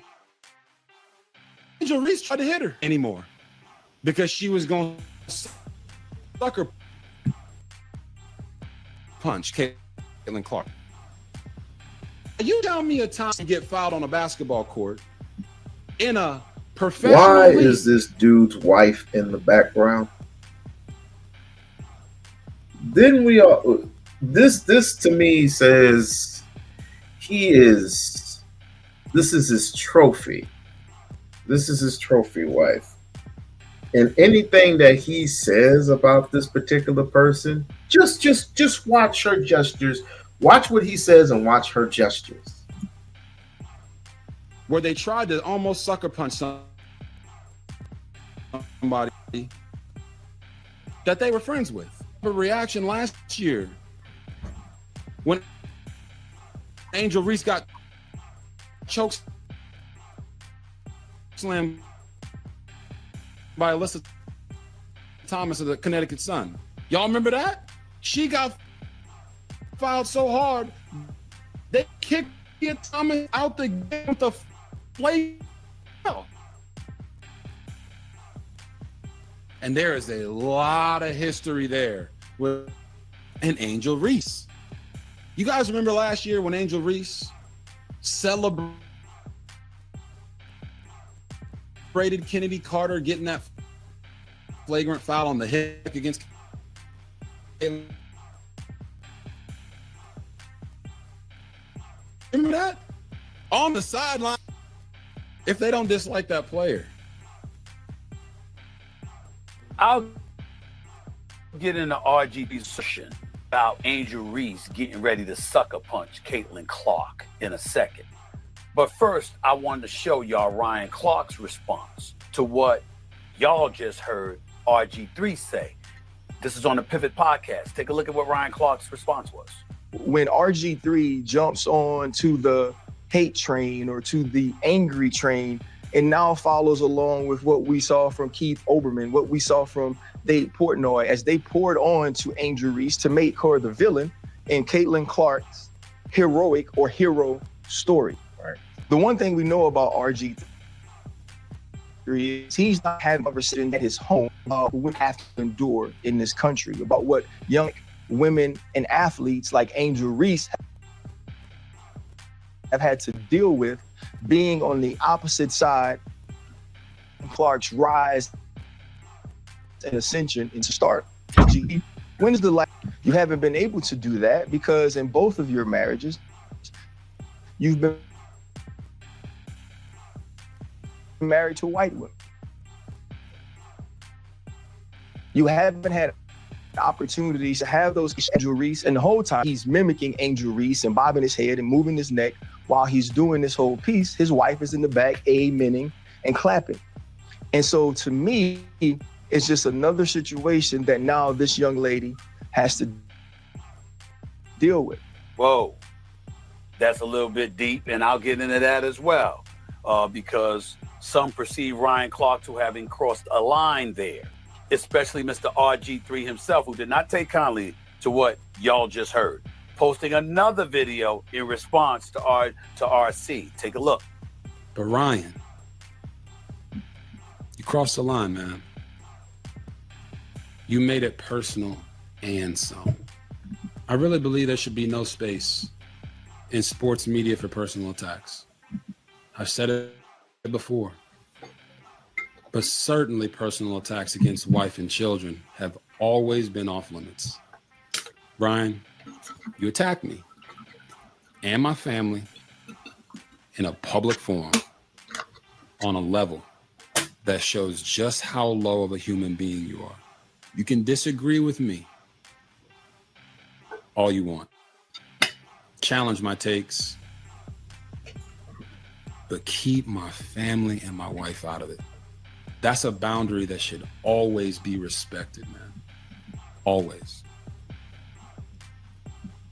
Ryan Clark personally attacking me and my family because he disagreed with my sports opinion is a bad look for ESPN.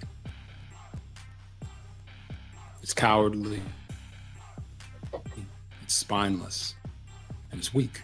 Ooh, I got a problem with the shit that RG3 just said there. And I'll get into that in a second, but not before I read to you what Ryan Clark went right back at him after this and said, quote, bruh, you know what it is with me and you. I saved you the entire season on Monday Night Football. I urged people to let you be you, no matter how corny, how bad a teammate you were. I had your back. You're a phony, bro. One of the worst teammates I ever had, both on the field and in TV. You got to do what you got to do. I didn't attack your wife. I spoke on what you do on social media and TV. Like I said, I met your wife. She seemed like a lovely lady that was worth more than the color of her skin. You be good, bro. All of this has led some to call for Clark's firing. Some of those wondering aloud if Clark would still be employed if called out a white colleague for marrying a black woman. First things first, a couple of things. I don't want to hear shit about Ryan Clark being fired. I don't want to hear that. Ryan Clark is my colleague. He is my friend and brother. He is a good man, and he's a good brother. And there is no way on earth that I would be quiet if he was fired over something like this. I'm not saying he's right, and I'll get into that in a second. But this is not a fireable offense. Now we're gonna come back and we're gonna bring it home. I don't usually talk. I don't think that's up to you, sir. You could be the loudest and you are the loudest person in the room, but I don't think that'd be totally up to you, sir. You're not in control of ESPN or the platform that you're sitting on. So what makes you think if they were to fire Ryan Clark, you would be in position to even say anything? Or let alone you can say whatever you want, but their position is binding. Their position would be accurate. Inaccurate, but accurate to them. So without any power, without any influence, and without any ownership, what could you do? Because I remember you were in the same position, were you not? So what the hell makes you think that you would be in any position, sir, to save Ryan Clark's job if he were fired? I mean, we could take it to the streets, but what would it do? There has to be some type of action involved. It's not just talking. But I digress. About ESPN business, and I'm not about to right now, other than to say RG3 clearly is not liked by Ryan Clark. what Ryan Clark said, that's not something he normally does. Corny, phony, those are the kind of things he said specifically about RG3. That's what he feels. Saving him on Monday Night Football, I assume, and it is an assumption, that he's talking about the shrapnel of criticism that folks tried to throw in RG3's direction that he tried to assist in shielding RG3 from. But nevertheless, there's a lot to get into here. The first order of business to unpack is this. RG3, I'm not as tight with him as I am with Ryan Clark, but I respect RG3. And I do know there's some sensitivities there, dating back to the days of, you know, when he was called the cornball, and obviously by one of our former colleagues, Rob Park, on national television, and RG3 admitted, I remember that, with his interview of me on his podcast, that's something that has damaged him. So there's certainly a heightened level of sensitivity there, and I understand where RG3 is coming from. I don't consider RG3 a bad dude. Again, just because I'm tight with Ryan Clark doesn't mean that I don't respect RG3 and we don't have a cool relationship, because we do. We might have had disagreements over subject matters we discussed in the past. We might have viewed things differently.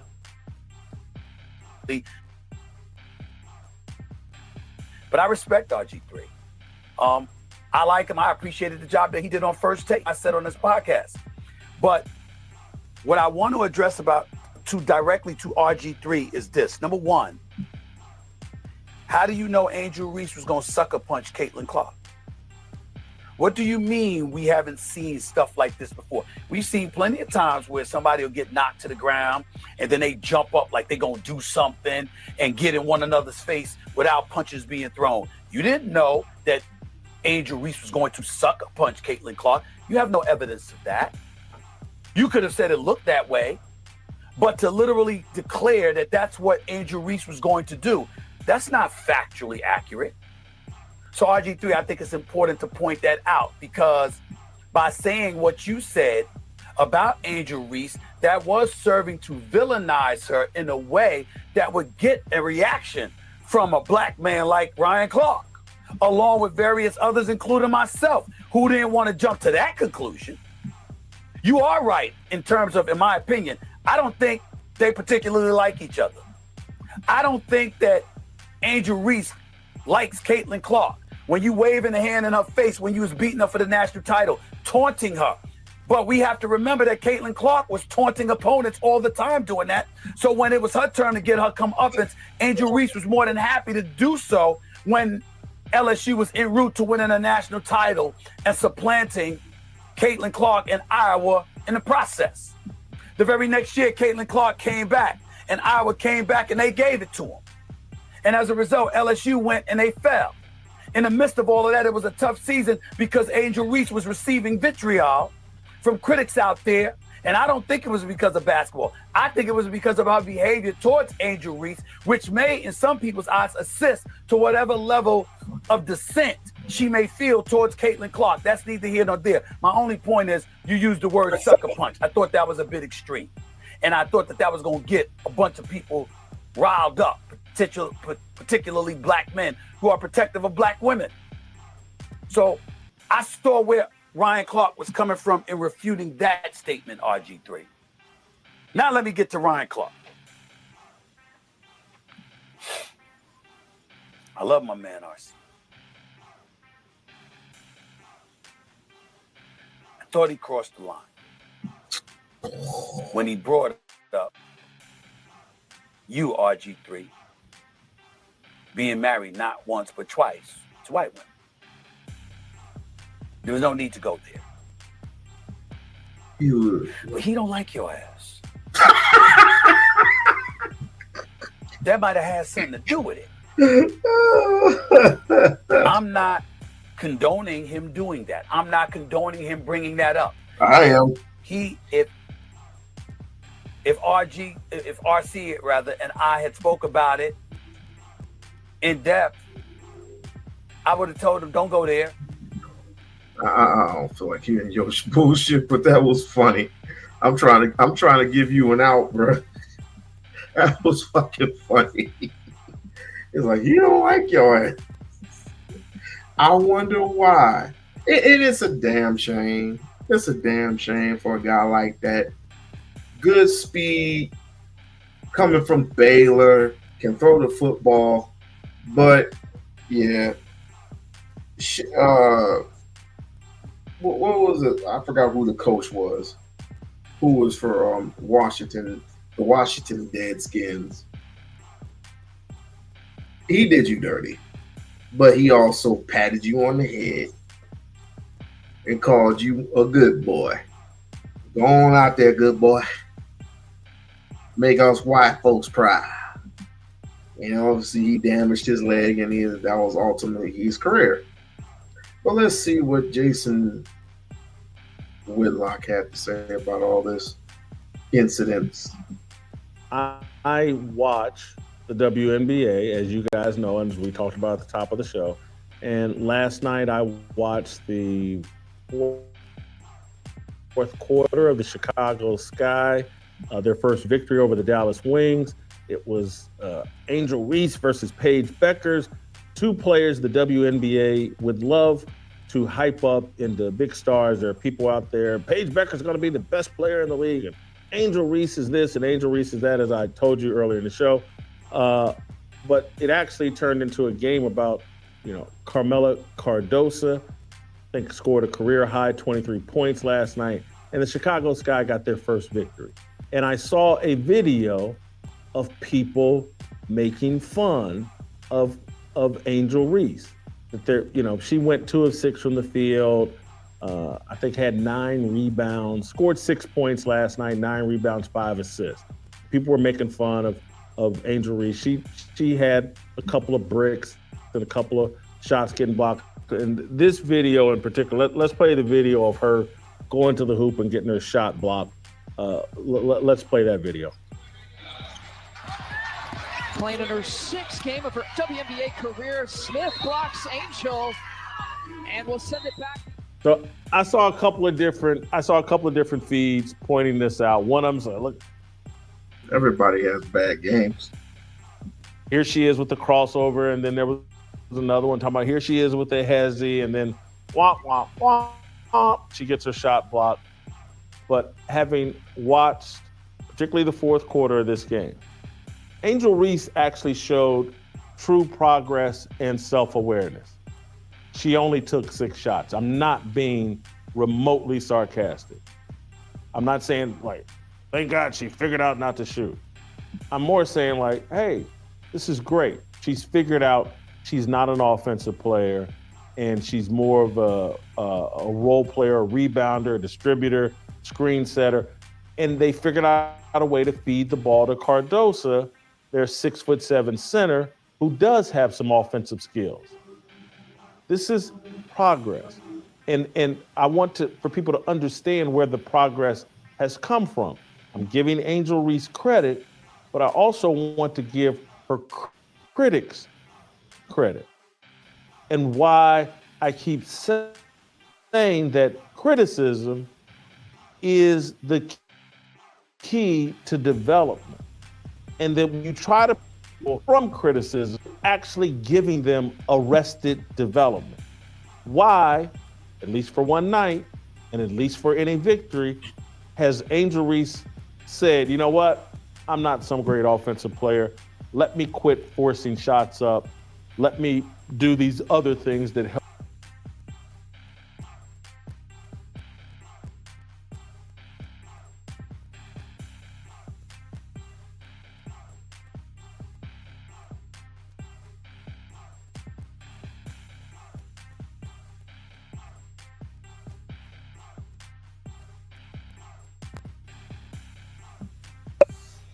Sorry about that. Press the wrong button.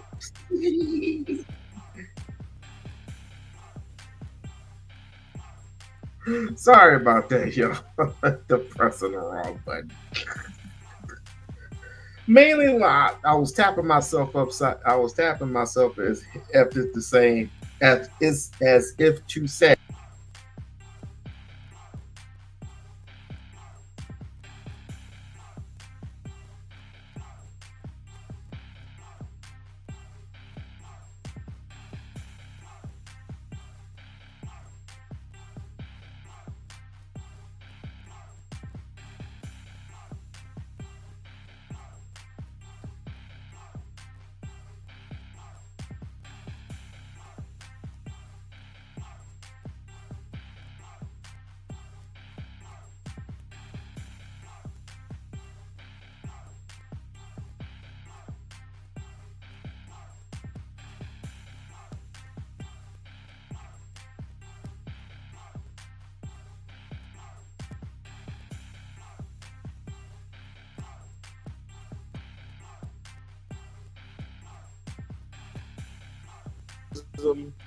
Our new religion, is that what we believe in the most?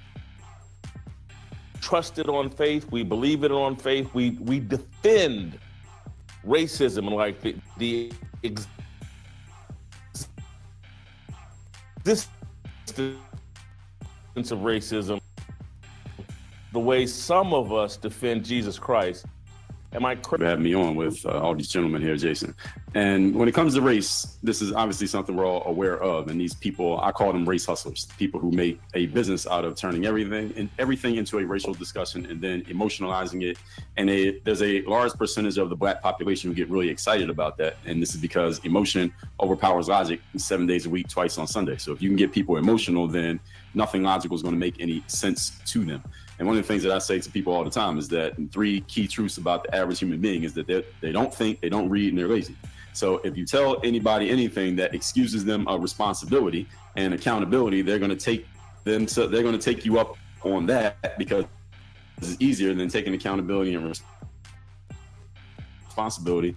And with a certain people, if you tell them our situation, quote unquote, is racism, that's easier than saying, and your reason for your situation is because you're not doing this, you're not doing that, or these are some changes you have to make because those require effort. But racism doesn't require effort, just requires pointing the finger at someone or something other than yourself. Boys, follow that is racism. I believe in racism, but I also believe in what my brother just said, Dre. He's correct.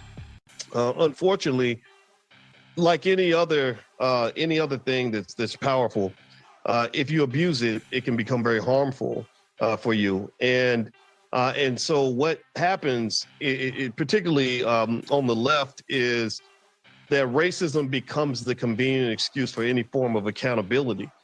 There's something that happens when you get labeled a victim. Like I refuse to ever be labeled a victim because once you get labeled a victim in this society and you make it political, then you're devoid of any accountability or any ability to shape your own outcome, right? And I think that this disempowerment is done deliberately because there are people that benefit from us feeling unempowered. They benefit by saying, look, you can't change your own situation. There's nothing you can do. You're stuck in the mud. Just vote for me. Or give me your money and I'll make it better. Or let's go to my church, you give me money, we'll pray to Jesus and it'll all improve. And so what has happened to a lot of our young people that have been trained to fixate on racism as the sole responsibility for anything negative that happens to them is that they then go through life very depressed, very sad, very hurt because they don't feel they have any say in any of their outcomes. And this has a real impact on mental and physical health. I mean, the reality is, look, if you give a kid a wheelchair before they ever learn how to walk, then they'll never take the time to learn how to use their legs. And that's what we do in this society, is that we hurt Black people by having the wrong people talk about racism. But if you want me to tell you that race does not exist, I think that would be a complete lie based on the history of America. Well, I do want you said off the top, I believe in racism. Why? I believe in racism because I believe that people prefer people that look like them. If you want to call it racism, they can call it prejudice, bias. I don't get offended by that bias because I have my bias. I love black people. And I love black people more than I love other people. And so if I hear a white man say that he loves his own people, they came for what they call the American dream. And they came as individuals. After slavery, we were a collective that needed to be controlled, and they decided who our leadership was going to be. They decided it on the plantation, they decided in Jim Crow, they decided it in the Civil Rights Movement, and they decided now. And all of these people are here to benefit them. The white power structure, the white liberal status quo. And they are going to always decide who our leadership is. If you see him on TV screaming for these liberals, you can best believe that these are the people that the white folks got behind the scenes and said, that's our boy right there. Let's put some money behind him and let's make sure that he controls the black community. He's going to be a rabble rouser. He's going to be a race baiter. He's going to be a race hustler. And he's going to tell us that the only way that we can have security in this country is to put liberal Democrats in control of the black community so they can protect us from the boogeyman white man. And we fall for it. So these other people that came here from all over the world, they came individually. They came here seeking the American dream. They came here to make it on their own, and they might come together and congregate once they get here. But we, from the time we came here, was a population that needed to be controlled. And they would use the worst among us to control us. And they still do it today.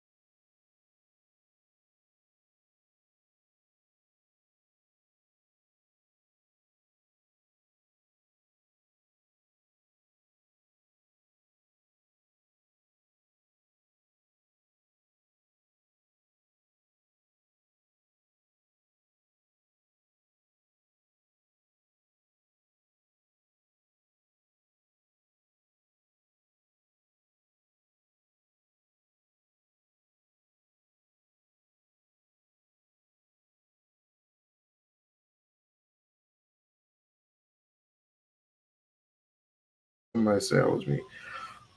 I am so sorry. Let me start over. Thank you.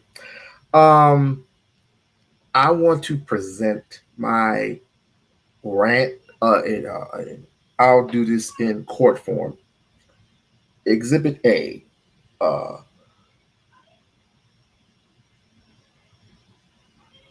I unmuted? Am I unmuted? Muted? Hello? Hello? Hello? Hello? Okay, I'm not muted. All right.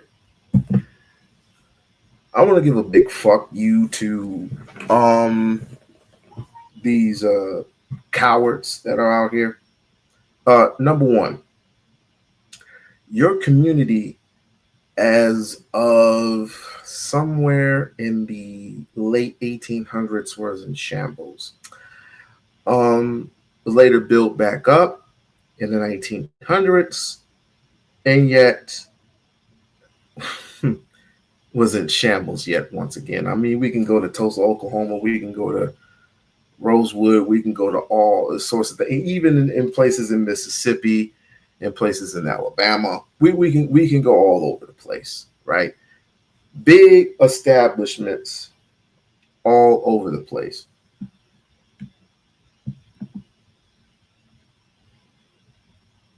I can hear me just fine. If I even need have to turn this up, I can hear me just fine. Testing.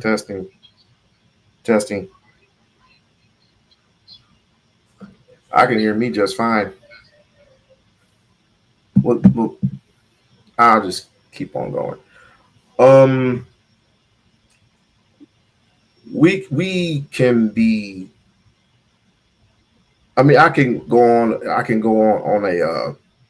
a tirade, and I can say there was a point in time where we couldn't be educated, because of the color of our skin, and then Martin Luther King comes along and said we should be judged not because of the content of our skin, but the color of our skin, but the content of our character and all this other shit.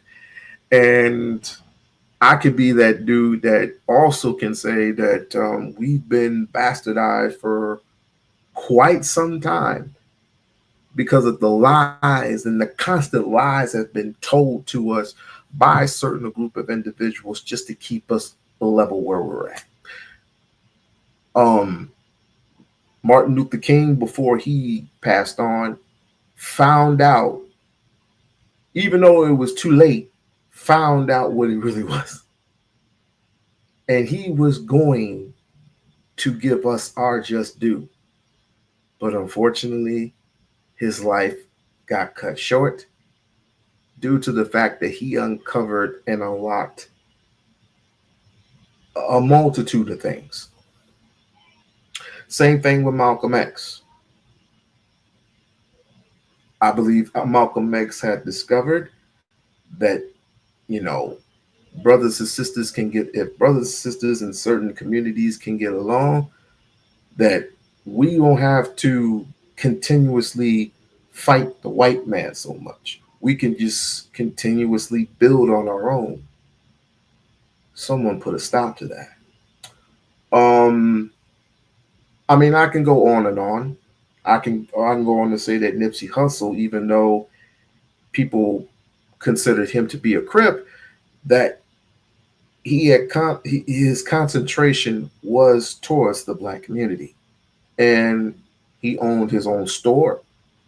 He was a hip hop artist, and he is giving back. He is giving back, and also he was almost just as strong as Tupac, even though Tupac was, in my eyes, an activist. He was just as strong as an activist than ever. Unfortunately, in his short life, he was taken away from us due to the fact that he was a revolutionary. If people wanted to know about it, people wanted to know about him or not. But they will label him as a thug and this and that. And when do you ever consider Cardi B to be a revolutionary? When do you ever consider Meg Thee Stallion, even though she has problems of her own, to be a revolutionary? See, that's what you throw at us. You throw at us every single thing, the bad stuff, and you never equate the good stuff. In your comment section, you always say that Jasmine Crockett was this Lone Star ghetto hood rat that had no decency in her whatsoever, but yet she's a congressman and she's a lawyer. So what does her eyelashes have anything to do with her intelligence? And that's the good thing about our community, right?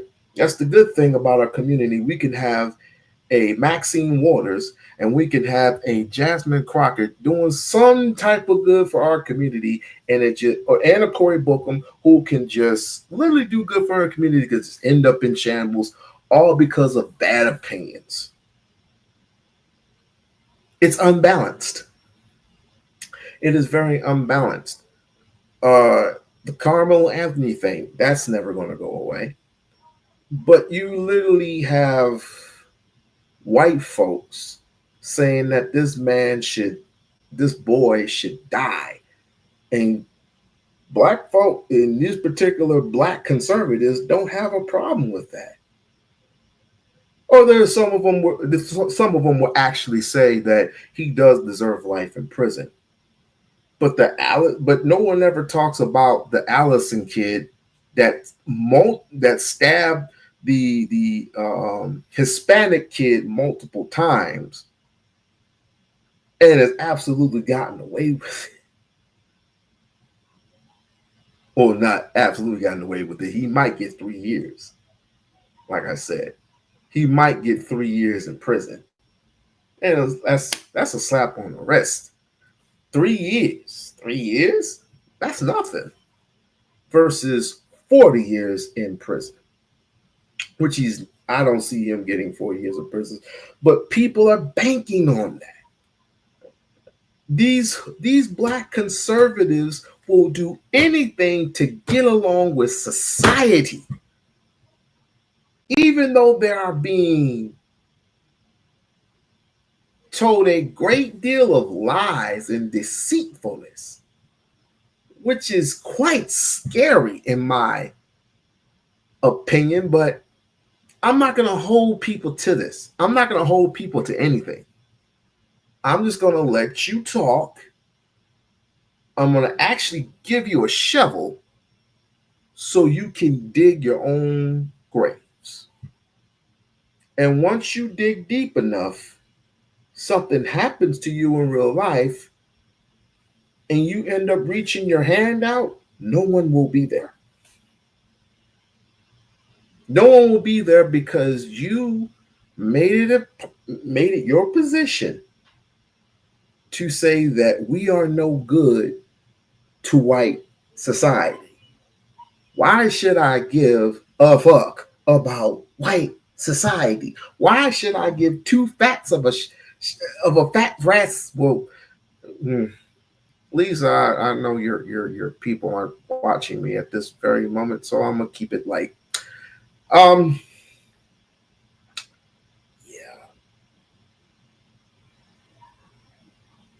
White people don't care for you. But you want to so bad, it's not about color. If it's not about color, if it's not about race, then we should be free. If it's not about color, if it's not about race, we should have 40 acres in the mule and $100. If it's not about race, if it's not about color, we should be left alone to our devices. If it's not about race, if it's not about color, then equity and inclusion or whatever it is wouldn't be involved, or DEI wouldn't even exist. But there are laws there for a reason, and that is protecting us from them. Or is it?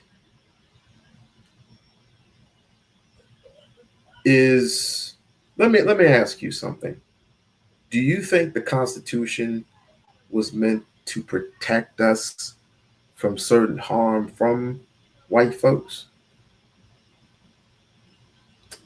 If there was no such thing as color, if there was no such thing as black and white, then why did Jackie Robinson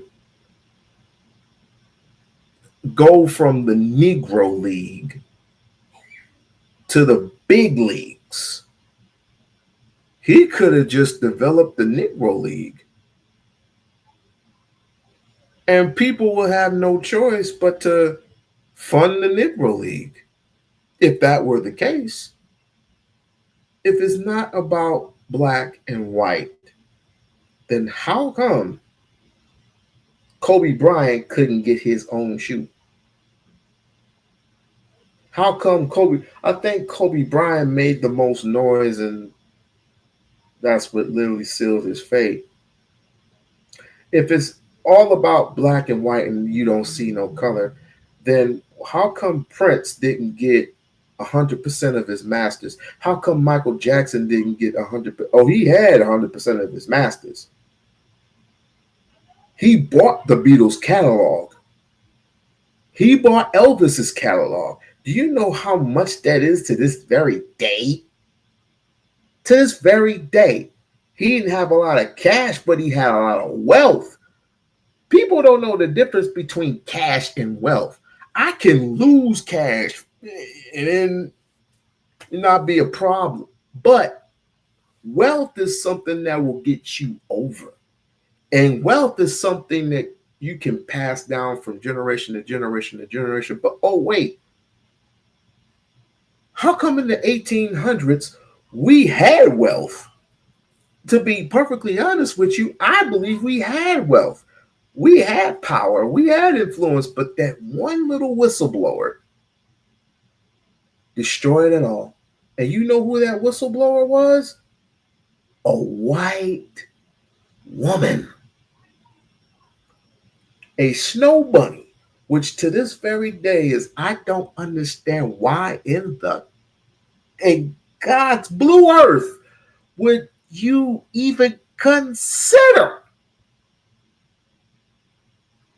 even sticking your private parts into this woman's cave, into her white cave.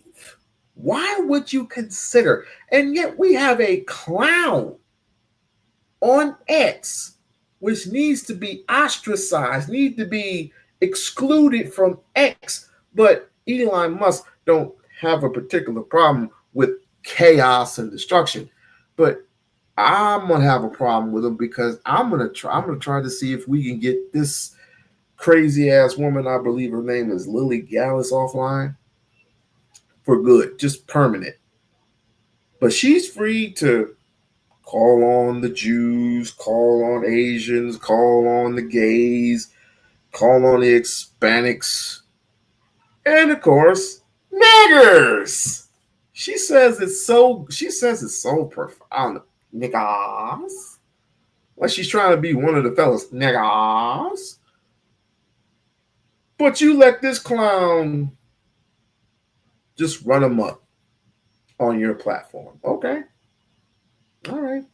It's free speech.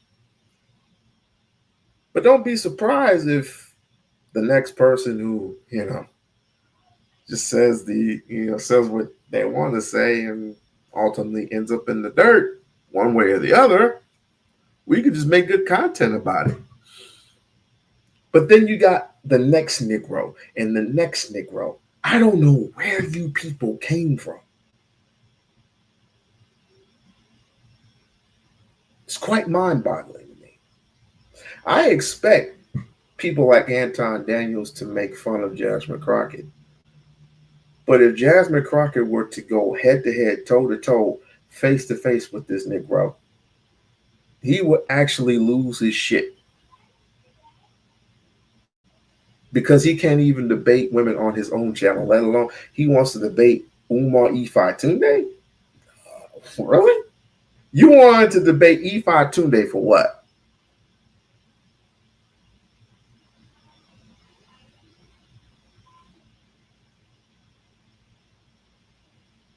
If you don't like what's going on in society, I can understand that. I can totally understand that. But to do a 160 and become a William O'Neill is unacceptable. For those who don't know who William O'Neill is, look him up.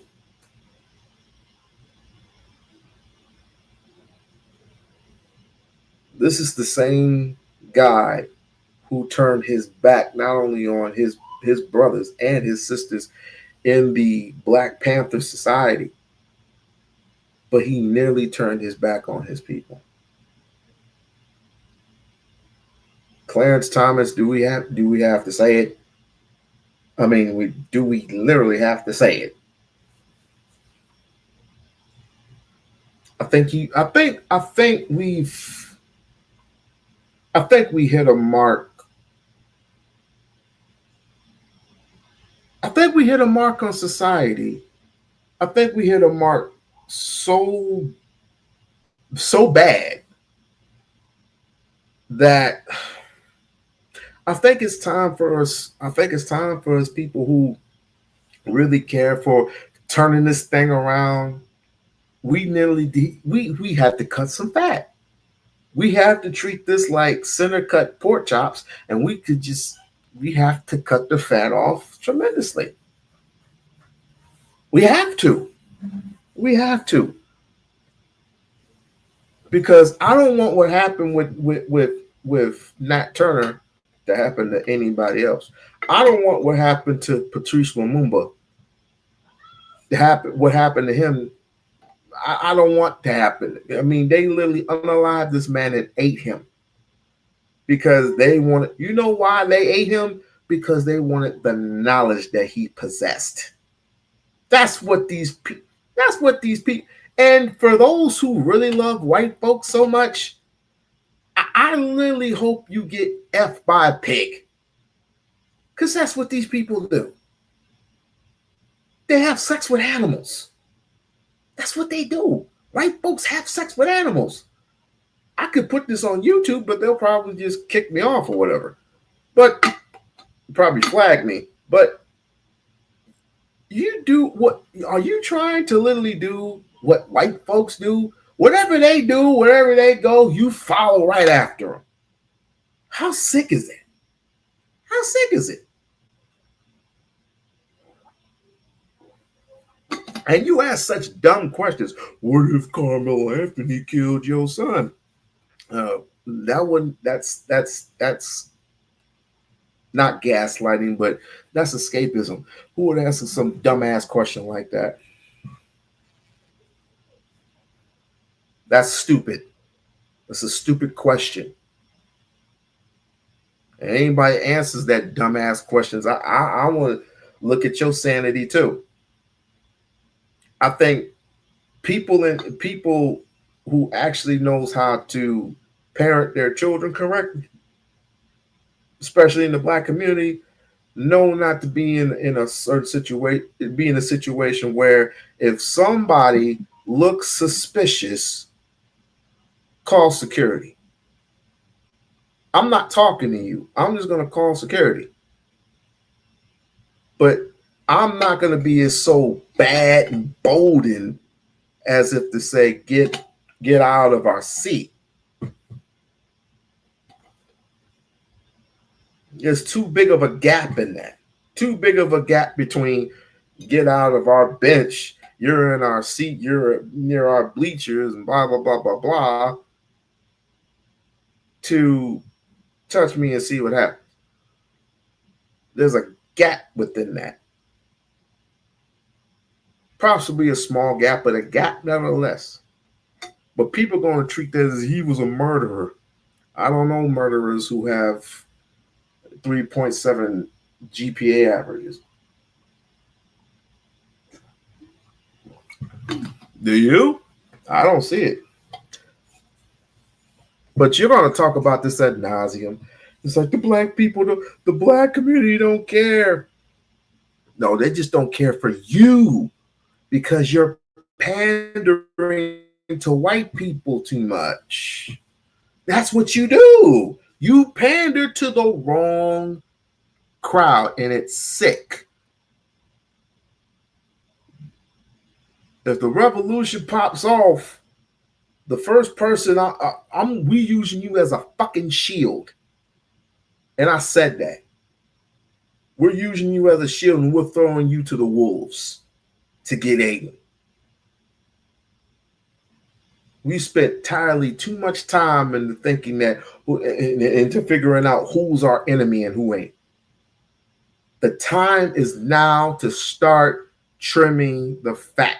So if you don't want to be black, and I will say this for the umpteenth time, looking at the camera, If you don't want to be black, psychologically, mentally, physically, get the fuck out. Now we're going to go to the next clip, which I think is an oldie but goodie.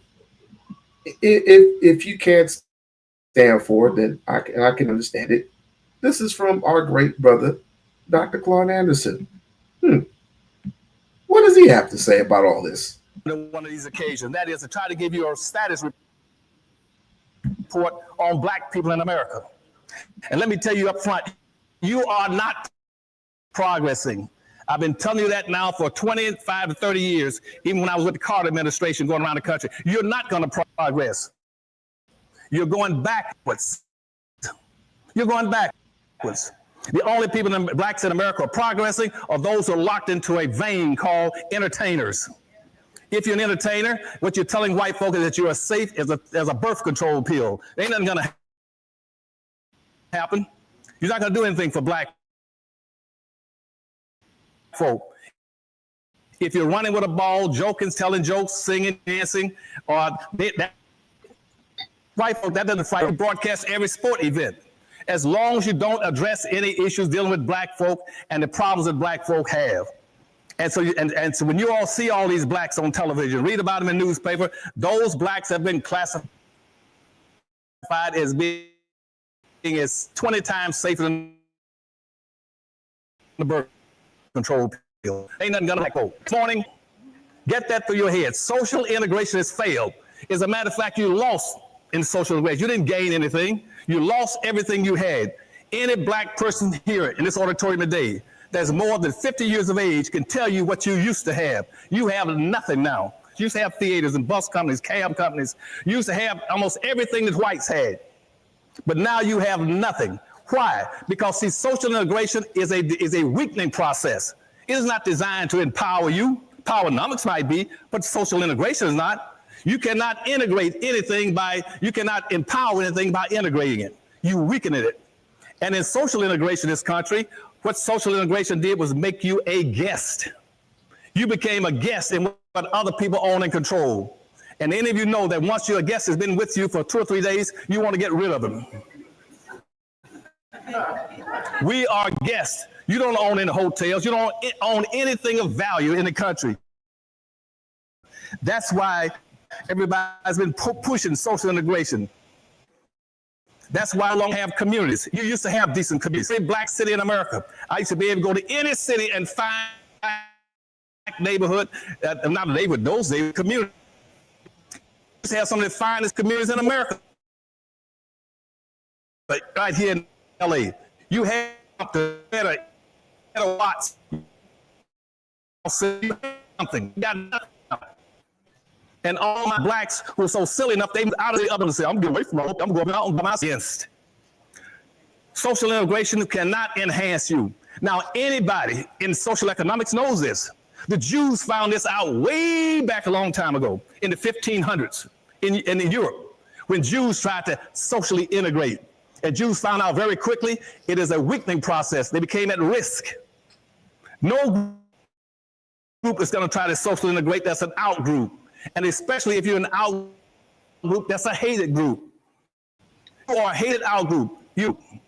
And then why would you go divide yourself up, splinter yourself, and then scatter yourselves and think that somehow you're progressing? Like, share, and subscribe to the channel. Like, share, and subscribe to the channel. Like, share, subscribe to the channel. Like, share, subscribe to the channel. Dr. Claude Anderson has taught many of his books and many of his lectures how Black American society should be. And yet it has gone around due to the fact that SAMBOS has absolutely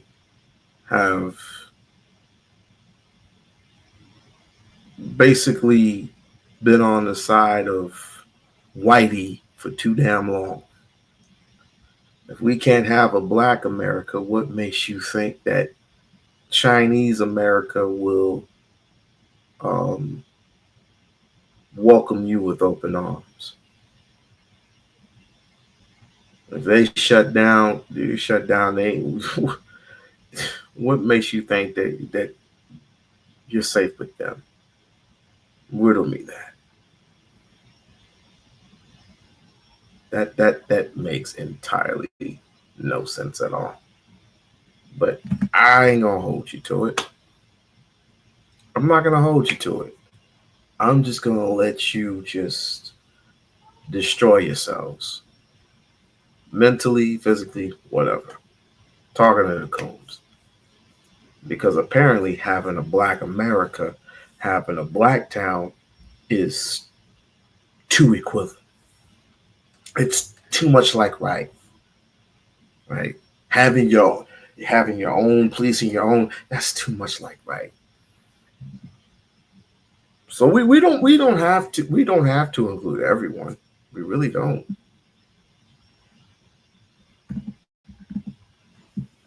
And see, that's why you don't see any other group in this country trying to socially integrate except black folk. You have not seen any integration marches from the Asians. What Asians have been trying to socially integrate? What Arabs have been trying to integrate? What American Indians are coming off the reservations trying to integrate? Nobody wants to integrate but black folk. That is a form of social economic suicide. But we do it. And they've been doing it now for all these years. And back during the 1960s, I told them all, you're going the wrong way. You're going the wrong way. Pushing social integration in this country. I'm saying you're going the wrong way. They said, well, Dr. Elson, you're a radical. I don't mind being a radical. Because, see, radical is just the opposite of superficial. If you're superficial, means you're just dealing with anything minute, non-irrelevant, wheel spinning, non-frictional kind of activities. Radical means you got a problem that's very desperately bad. And you got to do, that's what you call radical surgery. You got to cut something out and stop it. And so when people call me a radical, I said, fine. And so I don't mind being a radical. Just like somebody's telling me, I don't mind being a racist. A racist signifies power, which I'm going to talk about a few minutes ago. People say, you're a racist? I would love to be a racist, so I can have some power. But anyway, so social integration just cut us down. And in terms of what it's done to us, your poverty rate hasn't improved. It hasn't improved. Right now, 38% to almost 40% of all the black people in America are beneath the poverty line. Almost 40% of all the blacks in America beneath the poverty line. You got about another 33% that's right on the border of going into the poverty category. If you were to take away their house, a little bit of money in investment, a little bit of money in a car, they go beneath the poverty line. And then you would have 2/3 of all the blacks in America would be poverty stricken. Now, black children right now across America, about 35% of all black children are in poverty. The wealth gap is also decreasing. The wealth gap between whites and blacks is decreasing. About 1985, when Ronald Reagan came into office, in about third year he'd been in office, guess what? The gap jumped up 3 times, where we picked up something like about over 300% increase in whites in America, became millionaires and billionaires in a 3-year period between 1982 and 1986. And at the same time, the gap between poor blacks and middle class blacks began to widen. You're not getting any better. In slavery, you had 1/2 of 1% of the wealth. And we only had 200-some thousand blacks that were free out of 4.5 million. And here you are 150 years later in the richest country on earth, and you still own 1/2 of 1% after 150 years. And everybody running their mouth about we're progressive. Watch all these civil rights leaders talk that crap. How we're progressive. Where are you progressive? Show it to me. Show me the progress. You haven't got a pot.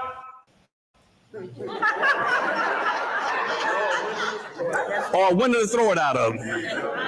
And talking about we're progressing. They look through the mirror of a car and see, looking in the reverse, they think they're going in reverse, but in fact, they have been in reverse. We're not progressing in this country, we're going backwards.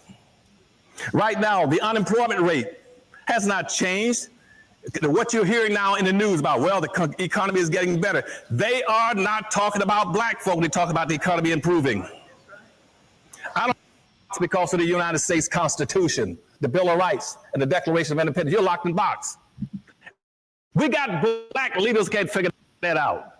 You go read the Constitution, it tells you straight up front what's going to happen to black folk. You're locked into it. That is a social construct that says in this country, that in the Constitution, which was approved in 1789, it says that this is a white nation. The first immigration law in 1790. Free white persons. Hey! One, spell it out. It is a white nation for white Europeans and other white people classified as white. And black folk are now going to be a permanent underclass. That's all I need to hear. Each time I see that, that's all I need to hear. Each time I read that, that's all I need to hear.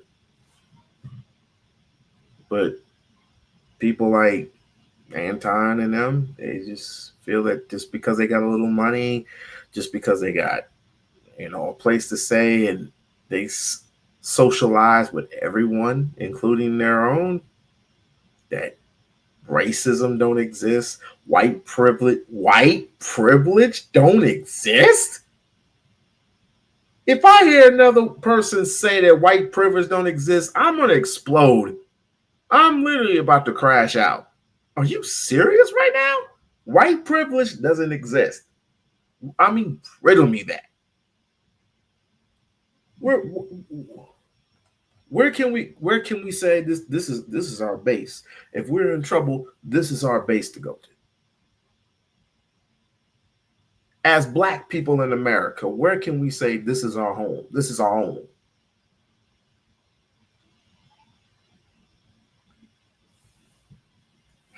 All right, like, and this other one, I'm doing this and calling it a night. But this woman used to be a revolutionary. I don't know what happened along the ways, but we're going to have fun with this one. History, your spirituality, your sacred text, not just pop culture. Final truth. The devil's plan was never to kill women. It was to make them forget that they are divine.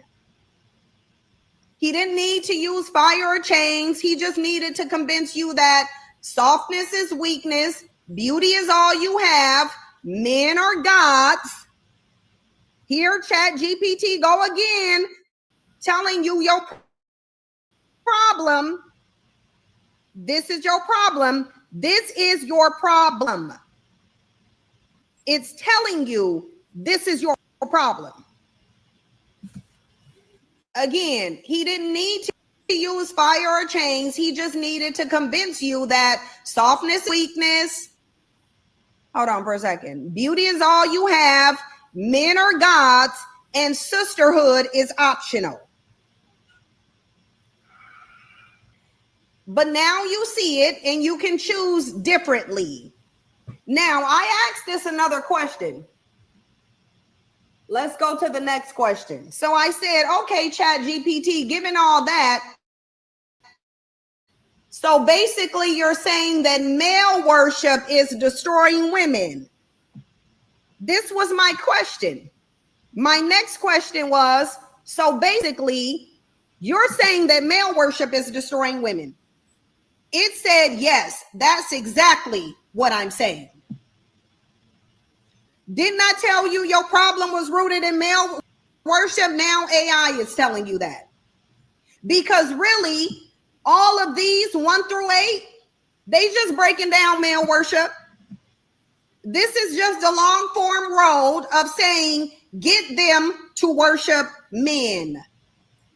Get them to see men as God and get them to worship men, and you can strip the woman of her divinity. You can strip her completely of her divinity if you get her to accept man as God and get her to worship man. So, is the problem for women worshiping men? Yes, that's exactly what I'm saying. Male worship is one of the most effective, invisible, and devastating forces destroying women from the inside out.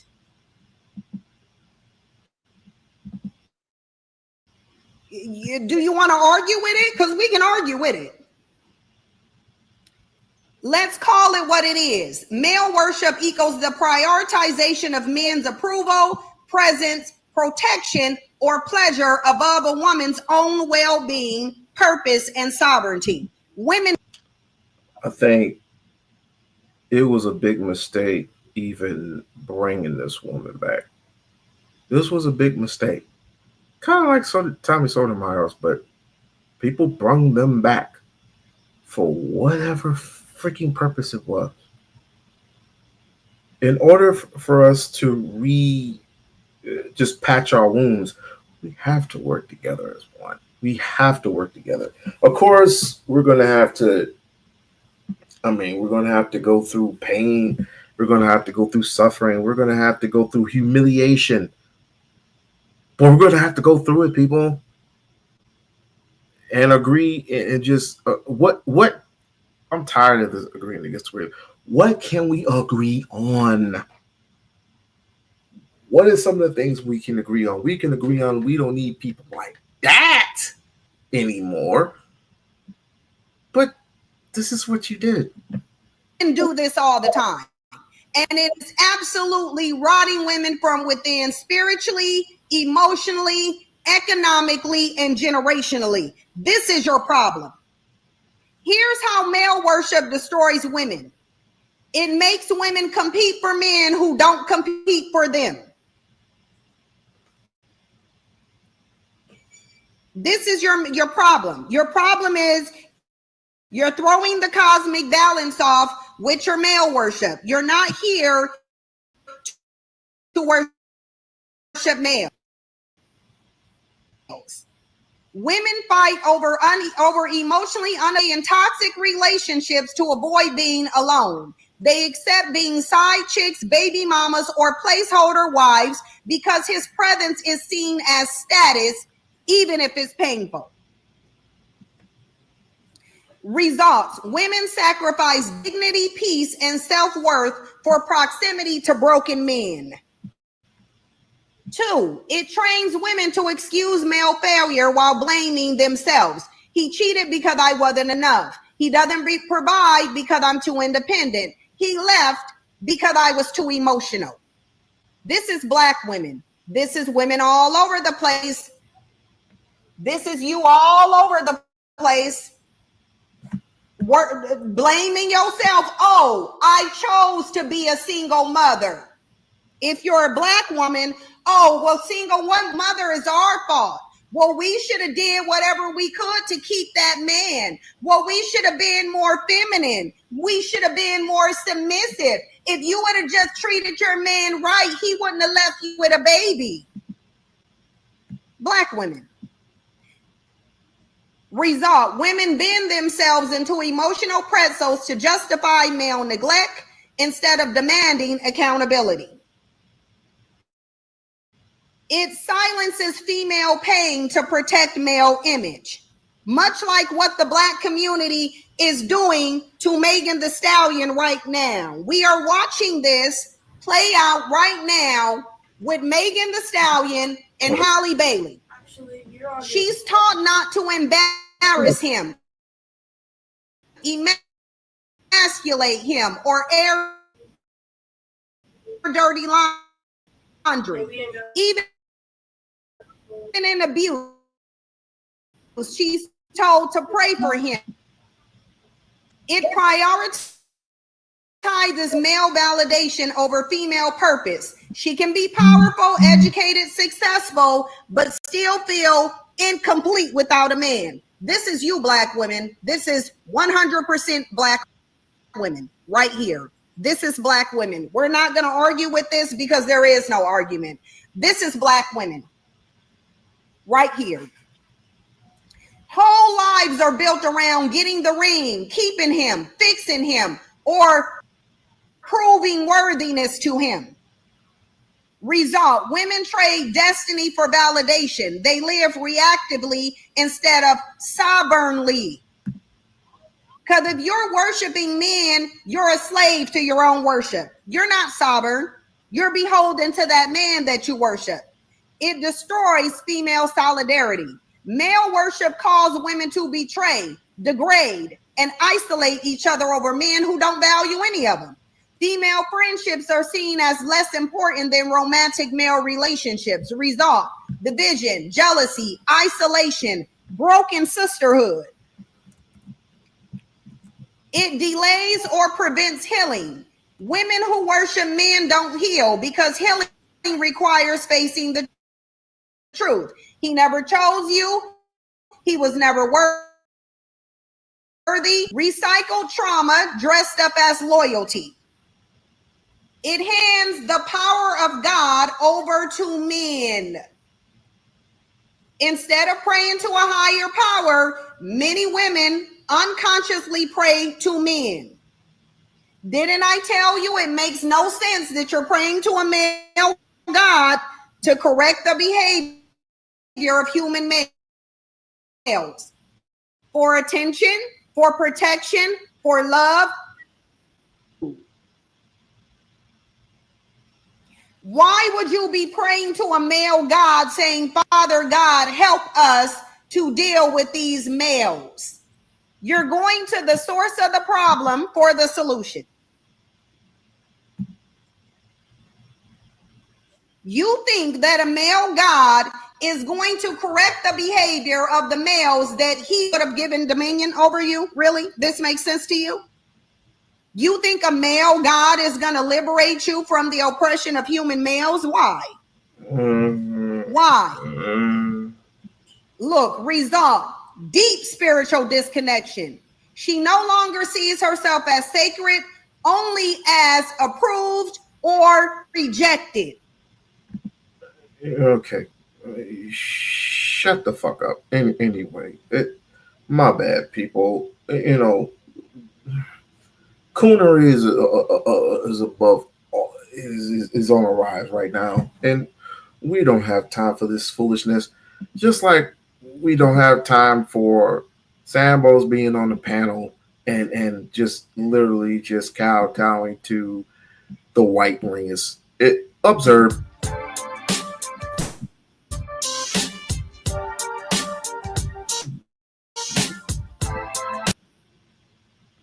Shout out to the members.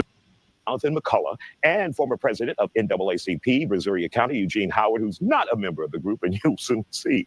But let's begin with you guys. For those who say there's a lot of racism that you have to stomach as a Black conservative supporting President Trump, what would you say to that?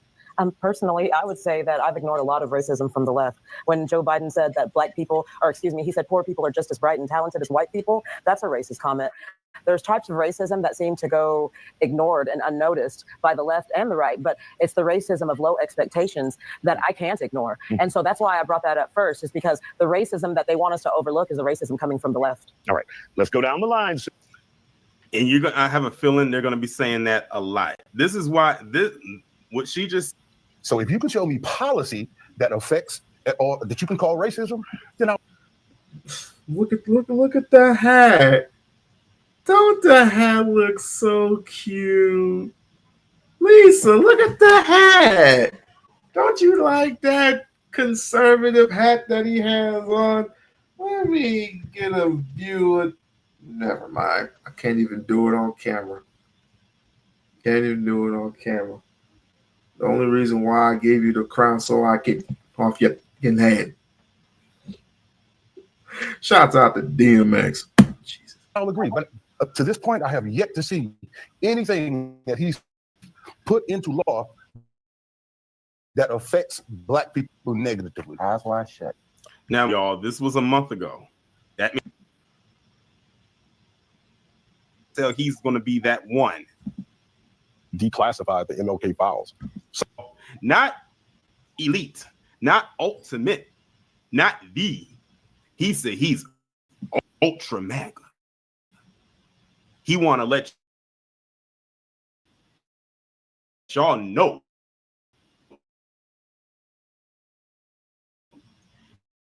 He just ain't regular man. Race when he was in office. Of course not. So I mean, you people are saying he's racist, but he's doing things that presidents that were of color didn't even do. What does it mean? Well, what? this is Lisa. This is the reason why I refuse to get into politics. But you wanted me to get into politics. You did it. You. This is the reason why there are too many conservatives from the right. And I don't even trust those Negroes on the left either. Pick a side. You better be glad I'm clinging on to Jasmine just enough. I'm giving it because Obama. So, but he said presidents. Was there any other non-white president besides one of them? The conservative movement that you're a part of. Obviously, you've already said you see it everywhere, but do you see it in the organization? Neither of you. Well, here's the thing. How are we defining racism? Once again. Oh God, no. We're not doing that. How did I know one of them was going to do that? Isaiah said, is there racism in the conservative party in your organization? Here comes this guy right here with the plaid shirt on. Define racism. Don't do that. What he's talking about, but you're gonna say define. Define racism. Like they couldn't even come up with a side. I can define racism. Let's take the ism out of it first and foremost. Race. You belong to this side, right?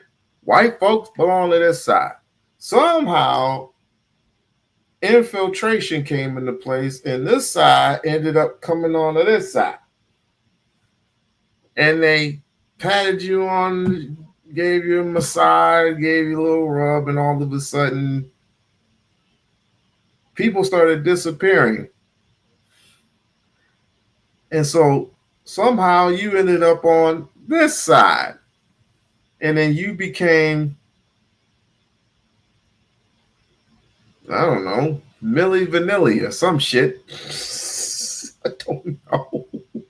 Who? No, you became Clarence Thomas.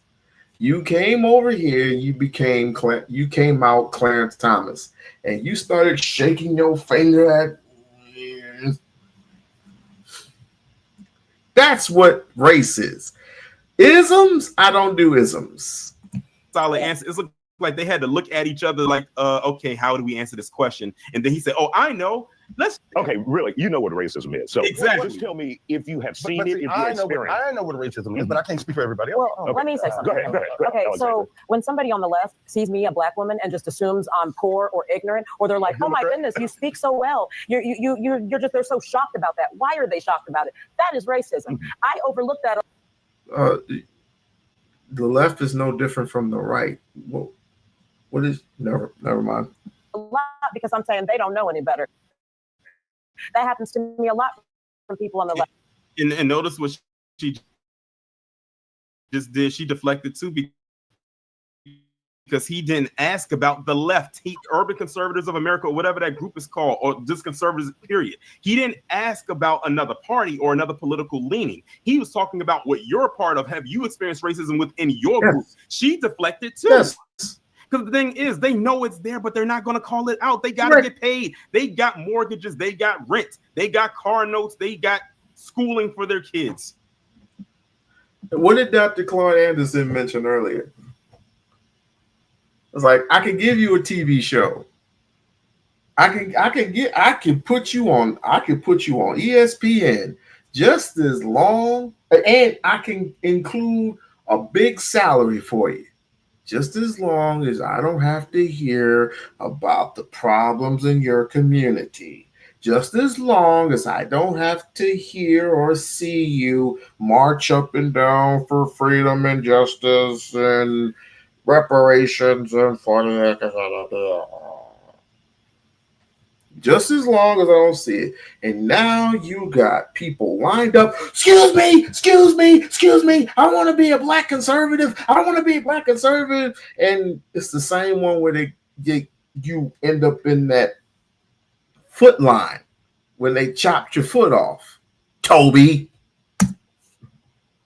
So they're not to say what it is means that they would have to get off of their saying, oh, the white man is better than us. He's supreme over us. That's what white supremacy is. Right. I don't believe anybody is superior over me. I don't live my life that way. So I just live according to freedom and liberty. All right, let's hear from Eugene. Please, man, I've been in this freedom. You have to be dumb to be free. That's why they call it freedom. Twilight zone. Like, I've been patiently over here at the tailgate position. So first of all, if you can't see the racism, your eyes just. You said it's not what people say. So let's just from the National Archives. So I mean, Harriet was what? I'm sorry, the Trump administration. I'm gonna be very clear. But they didn't. I'm sorry, they did, and because of that, no. Okay, I let them speak. Hold on, real quick, guys. Let him go, and then you. We have 2 segments. Thank you. They removed it, and then they had to put it back after backlash. The same thing they did with the Tuskegee Airmen. They removed that and had to put that back. Trump is literally trying to dismantle Black America, exactly, to the Sony, that because they feel like that's anti-racism or that's reverse racism. Now, as we sit here, we have to be intellectually honest because you guys are being intellectually dishonest. If you can't sit here and tell us, everyone's watching on TV. Don't take my word for it. If you're on TV, you see it yourself. Listen, I'm reading for myself. All I've heard about the leftists. What about this? Last time I checked, the Trump administration is the one cutting the Medicaid, cutting Social Security, cutting Medicare. They're the ones that's cutting education. Last time I checked, Joe Biden, you talking about unemployment, was the lowest under Donald Trump. My God, Joe Biden had the lowest unemployment. Like, you guys want to. Is this true? I'm for neither nor, because Donald Trump is, or excuse me, Joe Biden is just as much as prejudiced as Donald Trump is. So I wouldn't know. You ain't black unless you voted for Joe Biden. I mean, you can cherry pick that. You can cherry pick whatever you want. Just like Trump said. That's like Trump said. Let's hear from Mr. McCullough. Well, basically, and okay, so he just got off his point right there. He was bringing up about thing they didn't agree with. Black getting nothing to be. All right, sir. 1 second, Eugene. Don't go anywhere. We'll continue this conversation after the cup with Mr. McCullough. Your thoughts now after hearing Eugene. Yeah, he did say that, Cosmo. I didn't pause it, but yeah, he did say that. I did catch that. Well, you know, as I said, one thing that I don't do, once again, I could care less about what people says or what someone else's interpretation about what they said. I'm a free thinker. I process it, I listen to it, and I watch. Free thinker. I wonder who gave him that title, because you know when PC loves to call a black person a free thinker, you already know that's one of their pets. So I wonder if he deemed himself a free thinker, or was that a title or label that was thrusted upon him? If race is a free master, who told you you are free? Dummy, you have freedom. You're not free. In order for you to be free, you must be prepared to die to be free. Oh, let me not tell you that. If Donald Trump is the problem, why do our communities look the way they look? Explain that to me. How is that possible? How is it possible? I mean, it's a system. Answer that question. Whose system? Is it Donald Trump's system? It's called systemic issues, brother. It's more than one. Oh, so it's not Trump. It's systemic. Bro, just don't try to change the subject because you don't want to be. No, I'm trying to remain on the subject. I'm willing to say there's systemic issues, there's systemic problems in this country. There has been since 1619, since we got here, bro. So if you want to talk about that, we can talk about why our housing look like they do. Or if you want to talk about slavery, segregation, we can go down the list. I got a question. So we have to be intellectually honest. Okay, let's be intellectually honest. Let me tell you something. The black community is the most dangerous place in the world for a black man. Oh boy, that didn't take long.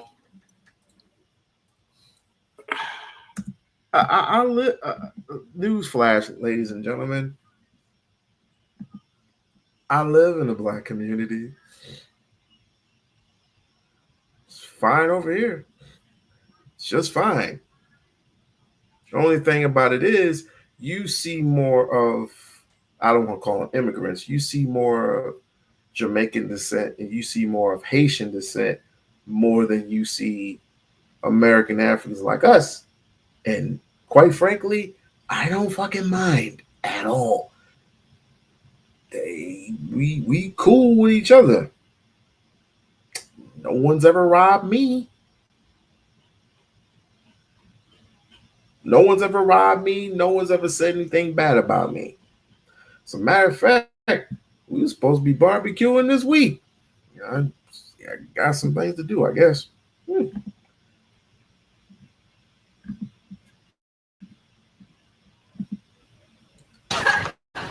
What did you say, nigga? Listen. Fuck your.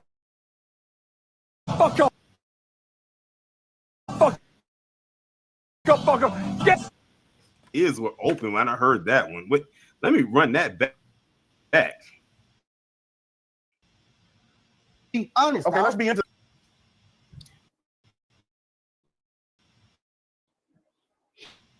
He said that the black community is the most dangerous place for a black man in not one neighborhood, not out of every place in the world, because there are dangerous parts all over the world. Jason, we can got a list. I got a question. Okay. That tells me. Let me run that by you one more time, just in case some people just came in. And if you just came in, make sure y'all hit the like button. Or if you want to talk about I got a question. segregation, we can go down the list. I got a question. So, Okay. we have to be intellectually honest. Okay, let's be intellectually honest. Let me tell you something. The black community is the most dangerous place in the world for a black man. He said it. He said it. And ironically, you know how on YouTube it has these peaks and valleys on there? That part right there that he just said that has a huge peak. That means that part. If he would have said that to me, I would have been like, well, then get the fuck out. As a matter of fact, you, big boy, get out. You, went man, you can get out too. Why can't people just be straightforward and just say, get out? Get out. It was replayed multiple times when people was watching it, because people probably sat there in disbelief of what in the world he just said. He said the black community is the worst place in the world for a black man to. Not every city, not every black community. There are some black communities. Look up Bowie.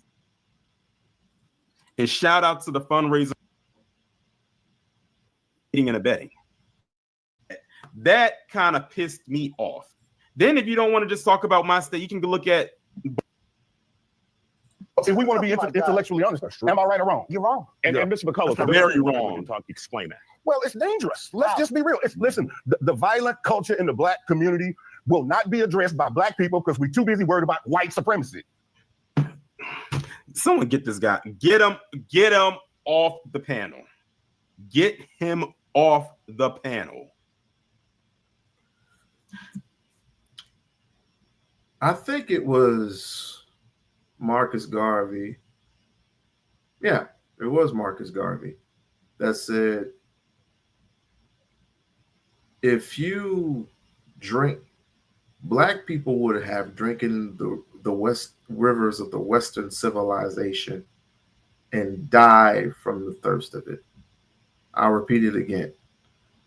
Black folks would have drinking the rivers of Western civilization and would have died for the thirst of it. In other words, he's gotten his little pie. He's tasted it.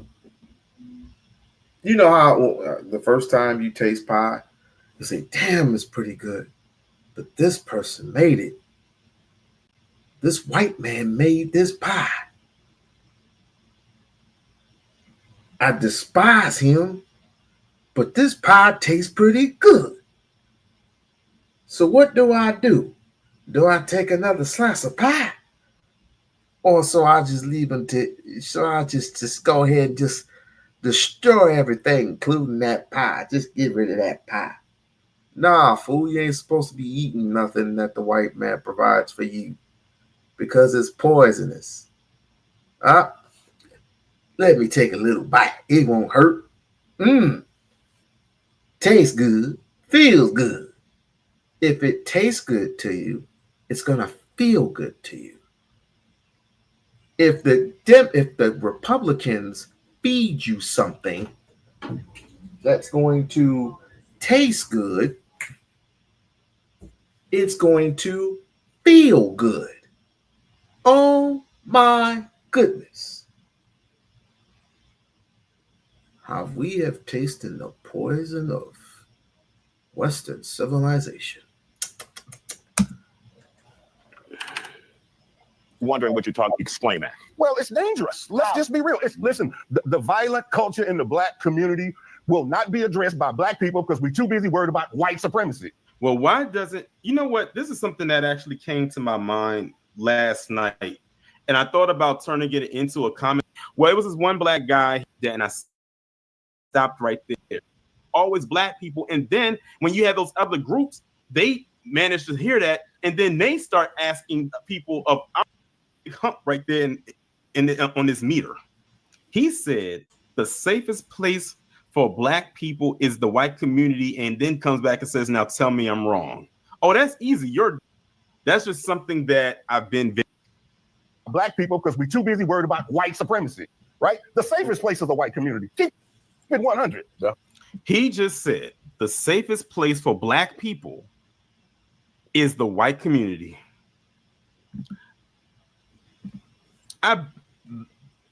This dude is kin to Uncle Ruckus. Keep it 100. He keeps saying we got to be intellectually honest, but you have to first be an intellectual to be honest. So now she want to roast. Now she wants to roast. So we're seeing right now. Hold on, so we're seeing weaponized incompetence in action through when Trump gets rid of redundant civil rights bills, DEI bills. We're seeing weaponized incompetence. Oh, he got rid of this. He must hate black people. So let's end all this for black people. Somebody at the top of another part of an organization is the one doing that. Trump didn't say, I'm writing an executive order to get rid of Harriet Tubman. He never said any of these things. So you're being intellectually dishonest. It's called an administration. So hold on, let me go back. Let's hear from Eugene really quick, and then you, Mr. Williams, next. As the only sensible black person sitting up here, like on TV, let's let them decide who has the intellect and who doesn't. As we speak, sit here and speak policy. Now, secondly, you talk about actions. Going back to Harriet Tubman, you know, Harriet Tubman did have a little tool that she used to carry. All I would say is I'm so glad we all free because all of us wouldn't have made it if we were walking with Harriet right now. Because all of us gotta make it. Look what she just said when he mentioned about Harriet. Let me run that back again. Harriet Tubman did have a little tool that she used to carry. All I would say is I'm so glad we all free because all of us wouldn't have made it if we were walking with Harriet right now. Because all of us would not make it. Because Harriet was very. She just said all of us. She just by her saying that and in her tone, she would have been the one. Boom. I know where that talking point came from. Yeah, that's emotional. There's no place. Let me finish my point. If you want to say if you want to say the most dangerous place for a black man is the black community, there's no place safe. Let me take some facts from that. You know what? The most dangerous part is the war of a black woman. Let's hear from Mr. Williams. Black communities have the highest crime rates. Keep it real. Here's Ultra MAGA to come up with more propaganda. We got three propaganda artists on this panel, y'all. He said now. So first we had the first guy say that black people are more safer in white communities. After, of course, he said the most dangerous place in the world for a black man is the black community. Then you had her say the most dangerous place for a black man is the woman's womb. Now he says that black crime rates are the highest in America. Let me take some facts from that. You know what? The most dangerous part is the war of a black woman. Let's hear from Mr. Williams. Black communities have the highest crime rates, Isaiah. Keep it real. Let's just be honest, all right? Like you right. They also have the highest poverty. Hold on. Let me finish. But if you're talking about Donald Trump and what he's done for black people, what has he you got to remember. Please tell me what Jesse Jackson, right? What is Donald Trump done? Tell me what Donald Trump done. Eugene, let him finish. Let him finish. He helped Jesse Jackson form Black Wall Street. So we talking. What? Okay, this is a new one. Can someone confirm or deny this? Because what? Hold on.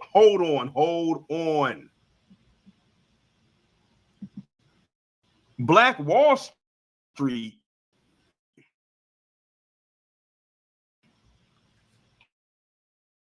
Jesse Jackson, I think there is nothing underneath that ultra MAGA cap in that hair but empty hollow space. If he said what I think he just said. Right? What is that? What did he do for him? Tell me What what did he do for Eugene, Jesse let him Jackson? finish. Let him What did finish. he do? He helped Jesse Jackson form Black Wall Street.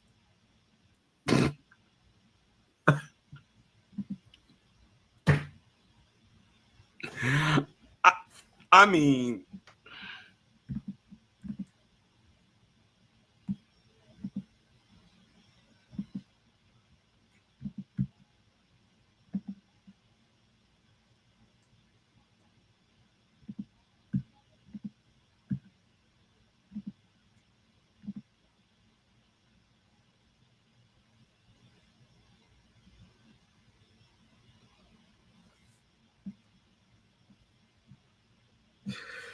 Black Wall Street, originally known as Greenwood District in Tulsa, Oklahoma, was formed by O.W. Gurley, whatever, and John the Baptist Stanford Gurley. Yeah, I don't see a Jesse here. Jesse formed Black Wall Street. I don't see anything here about a Jesse. I'm looking. Black Fortunes. Black Fortunes by Shaw Marie Wiltz. Okay. Got to. Everybody go and get that book. Everybody go and get this book. All right. Black Fortunes. Got to get that book. But let me concentrate. I'm still trying to look for Jesse. I see Booker T. I don't see a Jesse. I see the same names as earlier. I don't see any Jesse Jacksons. I see PJ Morgan. I don't see a Jesse. So apparently he lied to you. He lied. We have the proof. We have the evidence. He lied. So we can just debunk that off top because we don't believe this guy. We don't believe. So we can move on. Black Wall Street. Jesse Jackson had nothing to do with Black Wall Street. Black Wall Street predates him, and it predates Donald Trump.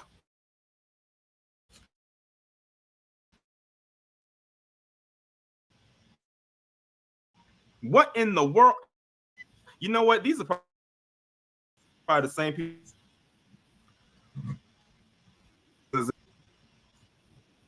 I could not make this up if I tried. I could not.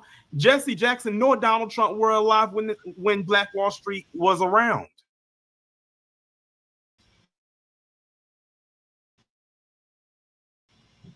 Shoot, I'll even argue. Well, maybe their parents. So I don't know when Donald. Community. I don't know. You tell me. Close to $80 billion. $80 billion. And what? $80 billion. And what? You got to do your research.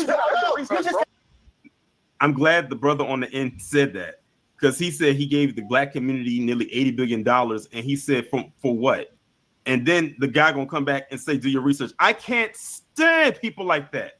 I cannot stand when people say something like this, and then someone comes back and says, "For what?" or "Where did you get that from?" And then the person who says it says, "Do your research." What? If you're gonna make a go research, bro. Okay, so y'all and now she's saying it. Intellectual geniuses. Okay. No, it's not about that, man. that money ain't gonna come to you. But let me not hold you there. See what I mean? Have drunken the poison of Western civilization. Hey, on top of that, again, he declassified MLK files, something Barack Obama did. Man, he declassified his sex tapes. You interested in that? I'm so glad you so probably got about that. You probably got. And notice he keeps going back to Barack Obama. Now, many of us in here are not fans of him, especially now that we see him for what he actually is. But I mean, he's been president 2 times. It is what it is. And that's when the divisiveness. And notice every time, whenever the topic of racism. Don't at D Wood 7A Part 2. Don't get me started on Dennis Prager. So now we know, Eugene. We got to hear each other. Okay. Okay. Donald Trump has always been for the black man. He's the greatest president America has ever seen. Stand down and wait for it. Mr. McCullough. We got to hear each other. Okay. Okay. Donald Trump has always been for the black man. He's the greatest president America has ever seen. He said Donald Trump has always been for the black man, and the guy next to him, he's been the best president that America's ever seen. Up there sounding like Goofy. He the best president anybody's ever seen. I can't, y'all. I cannot make this up. Stand down and wait for it. Mr. McCullough, you have the last 30 seconds. Okay, yeah, thank you. Let me tell you something. Here's what we have to stop doing. We have to stop assuming that all black people have to think alike. Thank you. We're not assuming that all black people think alike, but the thing is, y'all are the ones out here with the hive mindset. I'm assuming that at all. This is exactly why I became. See, the thing is, if I was sitting up there as an independent, they would try to shame me because I didn't, vote a particular way or I didn't think a particular way. Fuck him. He's up there talking about a hive mindset, yet it's 3 people up there who are thinking alike. Like every time the guy on the end says something they didn't. Listen, I don't think like y'all. Can I finish? Black community than Barack. Look at her. See, she thinks she's won something. She said, "Ha ha ha, you lost." Ha ha ha. Y'all keep thinking. I said, y'all can think this is a game if you want to. They up there. They think they've won something. I actually put up a poll on my Twitter account yesterday. I said, what not you voted for this man, and he told you that he was going to, on day 1, start these deportations right now.